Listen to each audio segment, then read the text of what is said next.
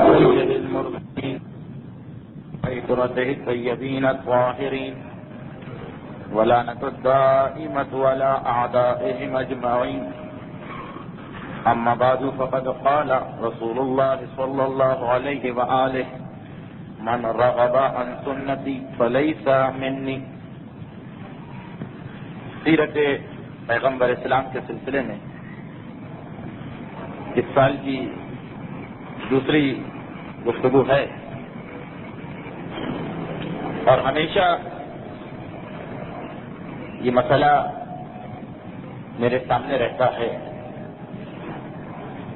کہ تاریخ کے یہ واقعات جو علیحدہ تو مختلف مجالس میں علماء کرام سے آپ سنتے رہتے ہیں، مگر ایک خاص موضوع کے تحت ہر عالم کا جو بھی موضوع ہو اس کی تائید کے لیے، اس کو سمجھانے کے لیے وہ تاریخ کا کوئی واقعہ پیش کرتا ہے. ہمارا جو گفتگو کا عنوان ہے وہ ایک موضوع نہیں ہے، بلکہ جو ترتیب ہے واقعات کی، جو زمانی ترتیب ہے کہ کس وقت کس زمانے میں کیا واقعہ پیش آیا، اس اعتبار سے گفتگو آگے بڑھ رہی ہے. تو کہیں ایسا نہ ہو کہ اس سارے سلسلے کو تاریخ کی ایک عام کتاب کی طرح سمجھ لیا جائے کہ حالات بیان ہو رہے ہیں پیغمبر اسلام کے، فقط کچھ قصے کہانیاں ہیں معاذ اللہ، ان کو سنیں گے اور اپنی معلومات میں اضافہ کریں گے. اس کے علاوہ ہماری یہ گفتگو سننے والوں کے لیے کہیں بیکار نہ ہو جائے، اس لیے میں کوشش یہ کرتا ہوں کہ ہر تھوڑے دنوں کے بعد یہ یاد دلاتا چلوں کہ تاریخ جب بھی سنائی جاتی ہے اس کا مقصد معلومات کو پڑھانا نہیں ہوتا، بلکہ اس کا مقصد یہ ہوتا ہے کہ تلک الایام نداولها بین الناس، جو قرآن اعلان کر رہا ہے کہ تاریخ ہمیشہ گھوم پھر کے دوبارہ آتی ہے، تاریخ اپنے آپ کو دہراتی ہے. تو جو تاریخ آپ سن رہے ہیں اگر کبھی ایسے ہی حالات ہمارے سامنے آ جائیں تو ہمارے ذہن میں وہ واقعہ ہو کہ اللہ کے رسول اس زمانے میں تھے، انہوں نے اس وقت یہ قدم اٹھایا، تو ہمیں بھی یہی قدم اٹھانا ہے. یعنی تاریخ کے یہ واقعات معلومات سے زیادہ انسان کے لیے ایک گائیڈ لائن، ایک ہدایت کا راستہ بننا چاہیے. اور قرآن اعلان کر ہی چکا ہے کہ یہ واقعات ان کے دوبارہ تمہارے سامنے آئیں گے، اور یہ بھی اعلان کر چکا ہے کہ قل ان کنتم تحبون اللہ فاتبعونی، تمہیں رسول کی پیروی کرنا پڑے گی اور ہر عمل میں پیروی کرنا پڑے گی. اور اسی لیے آج کی اس تقریر کا آغاز پیغمبر اسلام کی ایک انتہائی مشہور حدیث سے ہوا. یہ وہ حدیث ہے جو آپ نکاح کے خطبے میں علماء کرام سے تقریباً مہینے میں 2-3 مرتبہ تو سنا کرتے ہوں گے. جن پیغمبر نے ارشاد فرمایا النکاح من سنتی، نکاح میری سنت ہے، میرا طریقہ. فمن رغب عن سنتی فلیس منی، اور جو میری سنت سے، میرے طریقے سے روگردانی اختیار کرے، میرے طریقے سے منہ موڑ لے، فلیس منی، اس کا مجھ سے کوئی تعلق نہیں ہے. یہ نکاح کا خطبہ جو ہمارے علماء کی اکثریت پڑھتی ہے اور جس میں یہ حدیث ضرور پڑھی جاتی ہے، یہ وہ خطبہ ہے کہ جو نویں امام نے خود اپنے نکاح کے موقع پر خود پڑھا تھا. یہ امام معصوم کا پڑھا ہوا خطبہ ہے جو امام نے مامون کے دربار میں اس وقت پڑھا تھا جب مامون کی بیٹی سے امام کا نکاح ہو رہا تھا. اسی لیے معصوم کی پیروی میں اب تک یہ خطبہ ہمارے یہاں رائج ہے. لیکن اہل علم جانتے ہیں کہ پیغمبر کی اس حدیث کے 2 حصے ہیں، پہلے کو صغرا کہتے ہیں، دوسرے کو کبرا. النکاح من سنتی، نکاح میرا طریقہ ہے، یہ فقط نکاح کے بارے میں کہا. لیکن جو دوسرا جملہ اس کا تعلق نکاح سے نہیں بلکہ زندگی کے ہر عمل سے ہے کہ فمن رغب عن سنتی فلیس منی، جو انسان میرے طریقے کو چھوڑ کر کسی اور کے طریقے پہ چلے گا اس کا مجھ سے کوئی تعلق نہیں ہے. تو یہ جو پیغمبر نے کہا کہ میرے طریقے کو نہ چھوڑو، اس سے مراد فقط نکاح ہی نہیں، نکاح بھی ہے. اس سے مراد وہ روزانہ کی سنت نمازیں بھی ہیں، اس کا مطلب تلاوت قرآن بھی ہے، اس کا مطلب دعاؤں کا پڑھنا بھی ہے، مگر اس کا مطلب یہ بھی کہ جب کبھی تم اسلام کو پھیلانا چاہو اور وہ تو تم پر واجب ہے، تمہیں اسلام کی تبلیغ کرنا پڑے گی، تو اس وقت بھی میرے طریقے کو اختیار کرنا، اسلام کو دوسروں تک پہنچانے کے لیے اپنا کوئی طریقہ بنا کے نہ لانا، اس لیے کہ میرے طریقے کو چھوڑ دینے والا وہ ہمیشہ نقصان اٹھائے گا۔ اور اتفاق سے 27 تقریروں کے بعد اب ہماری گفتگو بھی پیغمبر کی سیرت کے اس حصے سے ہو رہی ہے جو آج کے زمانے میں سمجھنا بہت ضروری ہے کہ جب سارا ماحول رسول کے خلاف ہے، جب پیغمبر اسلام کے پیغام حق کو سننے کے لیے وہ لوگ بھی تیار نہیں ہوتے جو پیغمبر کو صادق اور امین بھی کہہ رہے ہیں، اور صرف کہی نہیں رہے، جن کو رسول پر اتنا بھروسہ بھی ہے کہ آج بھی اگر وہ اپنی امانتیں رکھوانا چاہتے ہیں تو اسی رسول کے پاس آ کے رکھواتے ہیں، کیونکہ یقین کامل ہے کہ یہ سچا ہے، مگر اس کے باوجود اس کی بات ماننے کو تیار نہیں۔ مخالفت کا ایک ماحول جس کے اندر ہر شخص باہر چلا جا رہا، وہ ماحول بن گیا کہ پیغمبر کے پاس لوگ جاتے بھی نہیں اور دشمنوں کے پھیلائے ہوئے پروپیگنڈے سے متاثر ہو کے یقین کر لیتے ہیں۔ ہر اس انسان کو جو کبھی بھی حق کی بات کہنا چاہے، سب سے بڑا یہ مسئلہ پیش آئے گا، یا دیکھ لیجیے سب سے بڑا یہ مسئلہ پیش آئے گا کہ اگرچہ اس کی ساری زندگی لوگوں کے سامنے لوگ دیکھ بھی رہے ہوں کہ یہ کتنا دیانتدار و امانت دار ہے، لیکن جہاں کسی نے اس کے بارے میں جھوٹی بات کہی، وہ لوگ بھی آنکھیں بند کر کے یقین کر لیں گے جو اس کی ساری زندگی کے گواہ بنے ہوئے ہوں۔ آپ آج کے معاشرے میں دیکھیں گے کہ اگر کوئی عالم پردے کی بات کرتا تو فوراً یہ الزام لگا دیا جاتا ہے کہ اس کی اپنی بیٹیاں بے پردہ۔ اگر کوئی عالم آج خمس و زکوٰۃ کی بات کرتا تو فوراً یہ الزام لگا دیا جاتا ہے کہ یہ خمس خور ہے، خود خمس نہیں نکالتا۔ اگر کوئی عالم آج گانا حرام ہونے کی بات کرتا اور بدقسمتی سے آپ نے اس کے گھر میں ٹی وی کو دیکھ لیا، اگر کہ ایسے لوگ بھی کم ہوتے، صرف سنی سنائی بات کے اوپر یقین کر لیتے ہیں کہ ہم سے یہ کہہ رہا ہے، خود یہ اسی فعل قبیح کا اور فعل حرام کا ارتکاب کر رہا ہوگا۔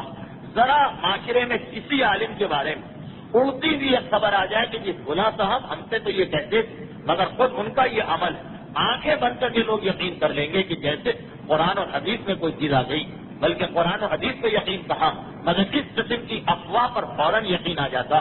تو یہ آج کا مسئلہ نہیں، یہ مسئلہ ہر اس آدمی کو پیش آئے گا جو ایسی بات کہے جو لوگوں کو پسند نہیں آ رہی، جو ایسی بات کہے جو لوگوں کے مزاج کے خلاف ہے، چاہے وہ آج کا کوئی عالم ہو یا کل کے نبی اور امام ہو۔ جو آج علماء کے بارے میں بات کہی جاتی، اچھا میں نے علماء کا نام تو اس لیے لیا کہ زیادہ تر یہ تبلیغ کی بات عالم کرتے ہیں، ورنہ علماء کی بات نہیں۔ آپ حضرات میں سے بھی جو صاحبان اپنے اپنے دوستوں میں یا اپنے اپنے خاندان والوں میں دین کی بات کرتے ہیں، خود یہ دیکھیے کہ آپ کی شخصیت سے کتنے اعتراضات ہوں گے، آپ کے بارے میں کیسے بہتان پھیلائے جائیں گے، آپ پر کیسی تہمتیں لگائی جائیں گی۔ تو یہ سیرت رسول اسی لیے ہے تاکہ ہمارے دل کو ایک سکون رہے، ایک تسلی رہے، اور ہمیں یہ پتہ چلتا رہے کہ اسلام کے پیغام کو پہنچانے کا طریقہ کیا ہے۔ وہ پہلا مرحلہ سب سے سخت مرحلہ کہ جب ہم ایک صحیح بات کہہ رہے ہیں، حق کی بات کہہ رہے ہیں، دوسروں کی محبت میں ایک بات کہہ رہے ہیں، یہ قرآن کریم کا جملہ کہ اے میرے حبیب ایسا لگ رہا کہ ان لوگوں کی محبت تمہارے دل میں اتنی کہ تم اپنے آپ کو ہلاک کیے دے رہے، یعنی ایک محاورہ کہ تم اپنے آپ کو ہلاک کیے دے رہے کہ آخر یہ لوگ کیوں حق کے راستے پہ نہیں آتے، آخر یہ لوگ کیوں جنت کو حاصل نہیں کرنا چاہتے۔ یعنی پیغمبر کو غم اتنا کہ میں ان کو جنت کا راستہ دکھا رہا ہوں، میں انہیں آخرت کی نعمتیں عطا کر رہا ہوں، بلکہ مکے والوں سے تو یہ بھی وعدہ تھا کہ اگر میرے پیغام کو قبول کر لو گے تو بعد میں دنیا بھی تمہیں ملے گی، مگر کیا ہو گیا ہے ان کو کہ نہ دنیا کو لے رہے ہیں نہ آخرت کو، فقط اس لیے کہ ایک ماحول ایسا بن گیا کہ جس کے اندر کوئی شخص بھی اپنے ماحول سے کٹ کے کوئی بات کرنے کو تیار نہیں۔ یہ پیغمبر اسلام کے زمانے کا ماحول، پیغمبر کو غم ہو رہا، پیغمبر کی آنکھوں میں آنسو آ رہے ہیں، پیغمبر کی راتیں تڑپتے ہوئے گزر رہی ہیں۔ یہ قرآن کی آیت تھی جس کا مفہوم میں نے آپ کے سامنے پیش کیا کہ ایسا لگ رہا کہ گویا پیغمبر اپنے آپ کو ہلاک کر ڈالیں گے ان کی محبت میں، ان کی خیر خواہی میں، ان کو صحیح راستہ بتانے میں، مگر یہ پہلا مرحلہ بڑا سخت ہے۔ ایک مرتبہ انسان اس سے گزر جائے اس کے بعد تو پھر آسانی ہی آسانی، اور پیغمبر نے اس پہلے مرحلے میں جب سارے زمانے کے خلاف ایک بات کہنا کس طریقے سے طے کیا، یہ 3-4 تقاریر کا موضوع رہے گا۔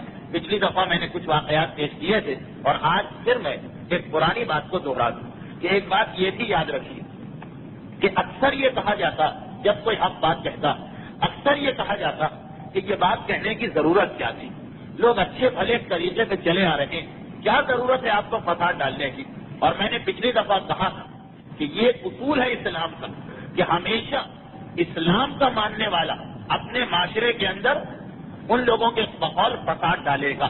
ہمیشہ جھگڑے کا آغاز کبھی کافروں کی طرف سے نہیں ہوگا، جھگڑے کا آغاز کبھی گناہگاروں کی طرف سے نہیں ہوگا. جھگڑا ہمیشہ شروع ہوگا مومن کی طرف سے، جھگڑا ہمیشہ شروع ہوگا حق پر چلنے والے کی طرف سے.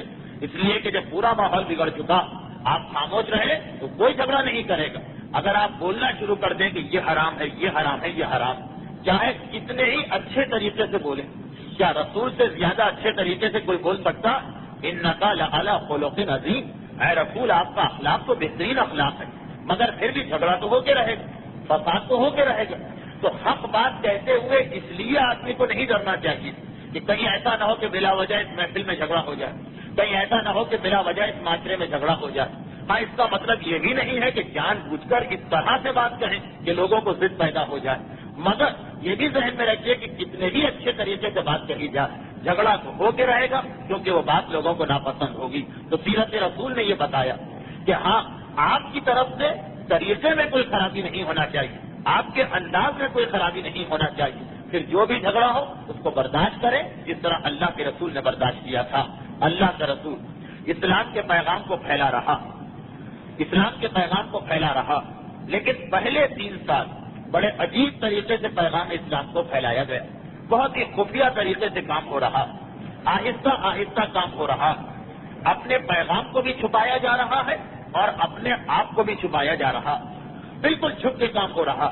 ہمارے معاشرے کی ایک بدقسمتی یہ جو کہ آج کا زمانہ ایسا آ گیا کہ یہ چیزیں ہمارے نوجوانوں میں بہت زیادہ ڈسکس ہوتی ہیں، اس لیے میں بعض اوقات اشارہ کر دیتا ہوں کہ آج کا زمانہ یہ آ گیا کہ یہ سمجھا جاتا کہ اگر کبھی انقلاب لانا ہو یا معاشرے کو بدلنا ہو تو شور شرابہ کرنا پڑے گا. نعرے، پوسٹر، پمفلیٹ، اجتماع، جلسے، جلوس، یہ سب بھی ضروری، مگر اس سے پہلے جو ضروری کام ہے وہ ہے خفیہ طریقے سے تبلیغ کرنا، جس کے لیے علماء سائنس کی ایک مثال دیتے ہیں. ہمارے فزکس کے اندر ایک لفظ ہے لیٹنٹ انرجی یا لیٹنٹ ہیٹ، پوشیدہ توانائی. آپ پانی کو گرم کیجیے، اس میں تھرمامیٹر ڈال دیجیے، پانی گرم ہوتے ہوتے جب 100 ڈگری پہ پہنچے گا اس کے بعد آپ اور اسے آگ پہنچاتے رہیے، وہ آگ اس میں جا رہی ہے، حرارت اس میں جا رہی ہے، مگر تھرمامیٹر 100 پہ رک جائے گا، اوپر نہیں چڑھے گا. وہ ہیٹ پہنچ رہی، گرمی پہنچ رہی، مگر ظاہر نہیں ہو رہی. یہی سیرت رسول کا پہلا سبق ہے کہ معاشرے کے اندر پہلے چھپ کے کام کرو، اس طرح سے چھپ کے کہ معاشرے کو پتا بھی نہ چلے کہ کیا ہو رہا. یعنی اگر کوئی تھرمامیٹر لگا کے بیٹھا تو وہ دیکھے کہ پارا اپنی جگہ رکا ہوا، مگر ہمارا کام جاری، تبلیغ ہو رہی، پیغام حق پہنچ رہا. اس کا نتیجہ یہ نکلے گا کہ جس دن ہم بآواز بلند اپنی بات کہیں گے تو ایسا نہیں کہ سب ہمارے خلاف ہو، ایک گروہ ہمارے ساتھ ہوگا کہ جو آہستہ آہستہ ہمارے قریب آ چکا، اور باقی لوگ بھی جو ہمارے خلاف ہوں گے ان میں کچھ ایسے ہوں گے کہ جن کے دل میں ہماری بات بیٹھ چکی ہوگی، وہ فقط دوسروں کے کہنے سے زبردستی ہماری مخالفت پہ آئیں گے. یہ سیرت رسول کا پہلا مرحلہ. انشاءاللہ جنگ بدر کے جب حالات آپ کے سامنے آئیں گے تو میں وہاں مزید وضاحت کروں گا کہ مسلمانوں نے جو کافروں کو شکست دی اس کی ایک وجہ خدائی مدد تھی، مگر ایک وجہ یہ بھی کہ کافروں پر بہرحال بہت سے کافروں کے دل میں یہ خیال آ چکا تھا کہ شاید ہم غلطی پر ہوں اور شاید یہ رسول سچا، جس کی وجہ سے ان کا ہاتھ نہیں اٹھ رہا تھا. تفصیل بعد میں. تو پیغمبر نے 3 سال چھپ کے تبلیغ کی، لیکن یہ چھپ کے تبلیغ ایسی ہو رہی کہ مکے کے کافروں کو پتا چل رہا ہے کہ کچھ ہوا ضرور ہے ہمارے معاشرے میں، کوئی نئی بات ہو رہی ہے ہمارے معاشرے میں. ان کے کان کھڑے ہو گئے، وہ چوکنا ہو گئے، کوئی نئی بات ہے ہمارے معاشرے میں. اس لیے کہ 3 سال کے خفیہ تبلیغ کے نتیجے 133 مرد اور عورتیں مسلمان بن گئے. اب یہ 133 مرد اور عورتیں مسلمان بن کے آسمان پہ نہیں گئے، رہے تو اسی مکے میں سے. اب کہیں دعوت ہو رہی ہے، یہ وہاں جاتے ہیں مگر حرام طریقوں سے اپنے آپ کو بچاتے ہیں. اب اگر کہیں نکاح ہے، یہ وہاں جاتے ہیں. ابھی انہوں نے اپنے آپ کو مسلمان نہیں کہا، مگر وہاں جو حرام چیزیں ہیں ان سے گریز کر رہے ہیں. اب یہ خانہ خدا کی زیارت کے لیے دوسرے عربوں کے ساتھ آتے ہیں، مگر لات و منات کے آگے ان کی پیشانی نہیں جھک رہی. 1 دن 2 دن ایک آدمی 2 آدمی کو دیکھے تو آدمی سوچ سکتا کہ چلو کسی وجہ سے یہ ہمارے ساتھ شریک نہیں ہوا، مگر 125 سے بڑی جماعت، مکہ چھوٹا شہر، روزانہ 3 سال میں کتنی ہی مرتبہ ایسے واقعات پیش آئے تو کان کھڑے ہو گئے عربوں کے کہ مکے میں کچھ نہ کچھ ہو رہا، پتا نہیں کہاں سے کوئی آدمی نکل کے ہمارے بچوں کو گمراہ کر رہا۔ چنانچہ انہوں نے یہ سوچا کہ پہلے جو ہمیں نظر آئے اسی پہ ظلم و زیادتی شروع کرو۔ پیغمبر اسلام خفیہ تبلیغ کر رہے ہیں اور اسی کے دوران قریش کے مظالم شروع ہو گئے، مگر 3 سال کے بعد جب وہ حکم آ گیا کہ وہ انذر عشیرتک الاقربین، اور پیغمبر اسلام نے کوہ صفا پر چڑھ ایک آواز دی سارے مکے کو اور ایک دعوت کی اپنے گھر میں۔ یہ 2 واقعات پچھلے سال کی آخری تقریر میں بیان ہو چکے ہیں، اس لیے میں تفصیل میں نہیں جا رہا کہ ایک کو اپنے گھر میں دعوت دی اور اپنے سارے خاندان تک اس پیغام کو پہنچایا۔ وہ پورا تفصیلی واقعہ پچھلے سال کی آخری تقریر یعنی تقریر نمبر 26 میں آ چکا۔ اور پھر پیغمبر کوہ صفا پر آئے۔ کوہ صفا وہ پہاڑی ہے کہ جس کے اور مروہ کے بیچ میں جناب ہاجرہ جناب اسماعیل کو پیاسا دیکھ کے دوڑی تھی، اس پہاڑی پر آئے، ایک روایت ہے۔ دوسری روایت ہے کہ نہیں، اس کے سامنے جو پہاڑی ہے ابو قبیس کی، اس پر پیغمبر اسلام آئے اور سارے مکے کے قبیلوں کا نام لے کے بلائے، یعنی اے فلاں قبیلے، اے فلاں قبیلے، اے فلاں قبیلے، سب کو جمع کیا اور سب کو جمع کرنے کے بعد یہ پیغام حق پہنچایا۔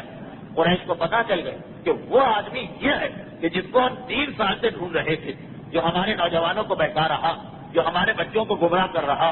لیکن پیغمبر اسلام نے یہ اعلان بعد میں کیا، اس سے پہلے خاندان بنی ہاشم کی دعوت کر چکے۔ خاندان بنی ہاشم کے لیے یہ نیا اعلان نہیں تھا، ان کو پتا چل چکا تھا کہ رسول کیا اعلان کرنے والے ہیں، اس لیے جب سب کے سامنے اعلان کیا تو بنی ہاشم کا خاندان رسول کی سپورٹ میں آ گیا، رسول کی حمایت میں آ گیا، خصوصاً سردار بنی ہاشم جناب ابو طالب کی وجہ سے۔ ابو طالب اپنی زبان سے اس وقت تک ایک جملہ بھی نہیں کہا، اس لیے کہ حضرت ابو طالب کو رسول خدا کی حفاظت کرنا تھی، اور حفاظت کرنے کا پہلا طریقہ یہی کہ حضرت ابو طالب اس طرح سے زندگی گزار رہے ہیں کہ قریش کے دل میں یہ خیال آ رہا کہ ابو طالب ہمارے ساتھ ہیں، فقط ان کے بھائی کا یتیم بچہ ہے، اس لیے اس کی حمایت کر رہے ہیں۔ اس غلطی میں، اس مغالطے میں، اس دھوکے میں قریش رہے، جس کے نتیجے میں کئی سال پیغمبر اسلام کو اطمینان کے ساتھ تبلیغ کے لیے مل گئے، مگر پیغمبر نے ادھر اعلان رسالت کیا، خاندان بنو ہاشم رسول کی حمایت میں آ گیا۔ سردار بنی ہاشم ابو طالب کا روب ایسا ہے کہ قریش کا کوئی آدمی پیغمبر اسلام کے خلاف کچھ نہ کہہ سکا۔ یعنی اس مجمع میں جس میں رسول نے پہلی تقریر کی تھی، میں پچھلے سال بیان کر چکا ہوں، پھر ایک مرتبہ یاد دلا دوں کہ پیغمبر اس پہاڑی پر گئے جو یا صفا کی پہاڑی ہے یا اس کے سامنے ابو قبیس کی پہاڑی ہے۔ آپ مکے تشریف لے گئے ہوں گے تو آپ نے دیکھا ہوگا کہ یہ دونوں پہاڑیاں آمنے سامنے، یا پیغمبر صفا پہاڑی پہ گئے یا ابو قبیس کی پہاڑی پر۔ وہاں صباحہ کی آواز بلند تھی۔ یہ وا صباحہ عربی میں اس وقت کہا جاتا ہے جب کوئی خطرہ آ گیا، اس سے لوگوں کو بچانا ہو۔ چنانچہ سارا قریش متوجہ ہو گیا کہ یہ آواز اس نے بلند کی، اب یہ کس کو بلاتا ہے اپنی مدد کے لیے؟ پھر رسول نے سارے قبیلوں کا نام لے کے بلایا، سب لوگ آ گئے۔ پیغمبر نے وہی جملہ کہا جس سے خود ان قریش والوں سے ثابت کر دیا کہ تم جانتے ہو کہ میں کوئی غلط بات نہیں کہہ سکتا۔ وہی جملہ کہا کہ اگر میں اس وقت یہاں کھڑا ہوں اور وہاں سے مجھے دونوں طرف نظر آ رہا تو میں یہ بتاؤں کہ اس پہاڑی کے پیچھے دشمن کا لشکر تم پہ حملہ کرنے کے لیے آ چکا، تو تم کیا کہو گے؟ تو کہا کہ ہم آپ کی بات پہ یقین کر لیں گے، اس لیے کہ ہم نے آپ کو ہمیشہ صادق و امین پایا۔ صادق یعنی بات کا سچا، امین یعنی عمل کا سچا۔ جب ایک انسان بات میں بھی سچا ہو، عمل میں بھی سچا ہو، تو اسی کو معصوم کہا جاتا۔ تو قریش کے لوگ پیغمبر کو صادق بھی کہہ رہے ہیں، یعنی پیغمبر کے قول کی سچائی کو مان رہے ہیں، امین بھی کہہ رہے ہیں، یعنی پیغمبر کے عمل کی سچائی کو مان رہے ہیں۔ یہ پہلے ان کی زبان سے اقرار کروا لیا۔ پھر پیغمبر نے کہا کہ میں ایسا پیغام لے کے آیا ہوں جس میں تمہاری دنیا کی بھی فلاح ہے، آخرت کی بھی فلاح۔ تو میں نے کہا کہ رسول دنیا کا بھی اعلان کر رہے ہیں کہ دنیا میں بھی تمہارے لیے بہتری اور آخرت میں بھی بہتری۔ پورے مجمع میں کسی کی ہمت نہیں ہوئی کہ پیغمبر پہ کوئی اعتراض کرے۔ ایک ہی جملہ آیا مخالفت کا، اور وہ جملہ کس کا تھا؟ وہ خود خاندان بنی ہاشم ہی کے ایک آدمی کا تھا کہ اے محمد، کیا اسی بات کے لیے ہم کو بلایا تھا؟ خدا تمہارے ہاتھ ٹوٹ جائیں۔ ابو لہب یہ جملہ کہہ کے گیا، اور کسی کی ہمت نہ پڑی، فقط خاندان ہی کا ایک آدمی کہہ رہا، باقی سارے لوگ خاموش ہیں۔ یہ اعلان، یہ آواز ان کے دل پہ کتنی ذرا گزری ہوگی ہر آدمی سوچ سکتا۔ بہرحال وہ کافر تھے مگر اپنے بتوں کو خدا تو مان رہے ہیں، اپنے خدا کے خلاف کی آواز سنی اور خاموشی سے چلے گئے، اس لیے کہ خاندان بنو ہاشم پہلے سے تیار ہے۔ رسول خدا کی حمایت کر رہا، مگر واپس جانے کے بعد یہ سوچا گیا کہ یہ خطرہ ہمارے سامنے آ گیا، یہ 100-125 انسان مسلمان ہو چکے، اب کسی طریقے سے اس خطرے کو آگے بڑھنے سے روکا جائے، یہ جو کچھ خرابی ہو گئی اس خرابی کو آگے بڑھنے سے روکا جائے۔ تو ایک ہی طریقہ ان کے ذہن میں آیا کہ جتنے لوگ مسلمان ہو گئے ان پر اتنے مظالم کرو کہ ایک طرف تو یہ اپنے اسلام کو چھوڑ دیں اور دوسری طرف ان کا حشر دیکھ کر کوئی نیا آدمی اسلام کے قریب نہ آنے پائے۔ یہ دو مقصد تھے ان کے، اتنے مظالم کرو، کیونکہ یہ جو میں نے دو باتیں کہی اس کا ثبوت یہ ہے کہ وہ جب ظلم کرتے تھے ان لوگوں پر، ان مسلمانوں پر، تو مجمع کے سامنے کرتے تھے، کھلے میدان میں کرتے تھے، گھر کے اندر بھی ظلم ہو سکتے مگر کھلے میدان میں ظلم کیے جا رہے تاکہ دوسروں کو بھی عبرت ہو۔ اگر کسی کے دل میں یہ خیال آ گیا کہ مجھے مسلمان بننا بھی ہے تو بھی یہ منظر دیکھ کر وہ پیچھے ہٹ جائے۔ جیسے اگر ایک آدمی خود نکالنے کے لیے تیار بھی ہو مگر یہ دیکھنے کہ اس کے لیے مجھے اپنا مکان بیچنا یا کاروبار کو چھوٹا کرنا تو وہ پیچھے ہٹ جاتا کہ نہیں بھائی یہ تو بہت بڑی قربانی، تو یہ تو بہت چھوٹی میں نے مثال دی۔ یہ ہر جگہ انسان کی فطرت میں شامل ہے کہ انسان پیغام حق کو قبول بھی کرنا چاہے، اپنا کوئی نقصان دیکھے تو پھر آسانی سے قبول نہیں کرتا۔ تو قریش نے پیغمبر اسلام کو تو دیکھا کہ پورا خاندان بنی ہاشم ان کی حمایت کر رہا، ان کو تو ہم ہاتھ نہیں لگا سکتے، اب جو دوسرے لوگ بچے ان پر حملہ کیا جائے، مگر جو دوسرے لوگ ہیں ان پر بھی ہم کیسے حملہ کریں؟ ان کا بھی تو ایک خاندان ہے، ان کے بھی تو رشتے دار ہیں۔ چنانچہ قریش نے اپنے مظالم کو شروع کیا مگر دو حصوں میں۔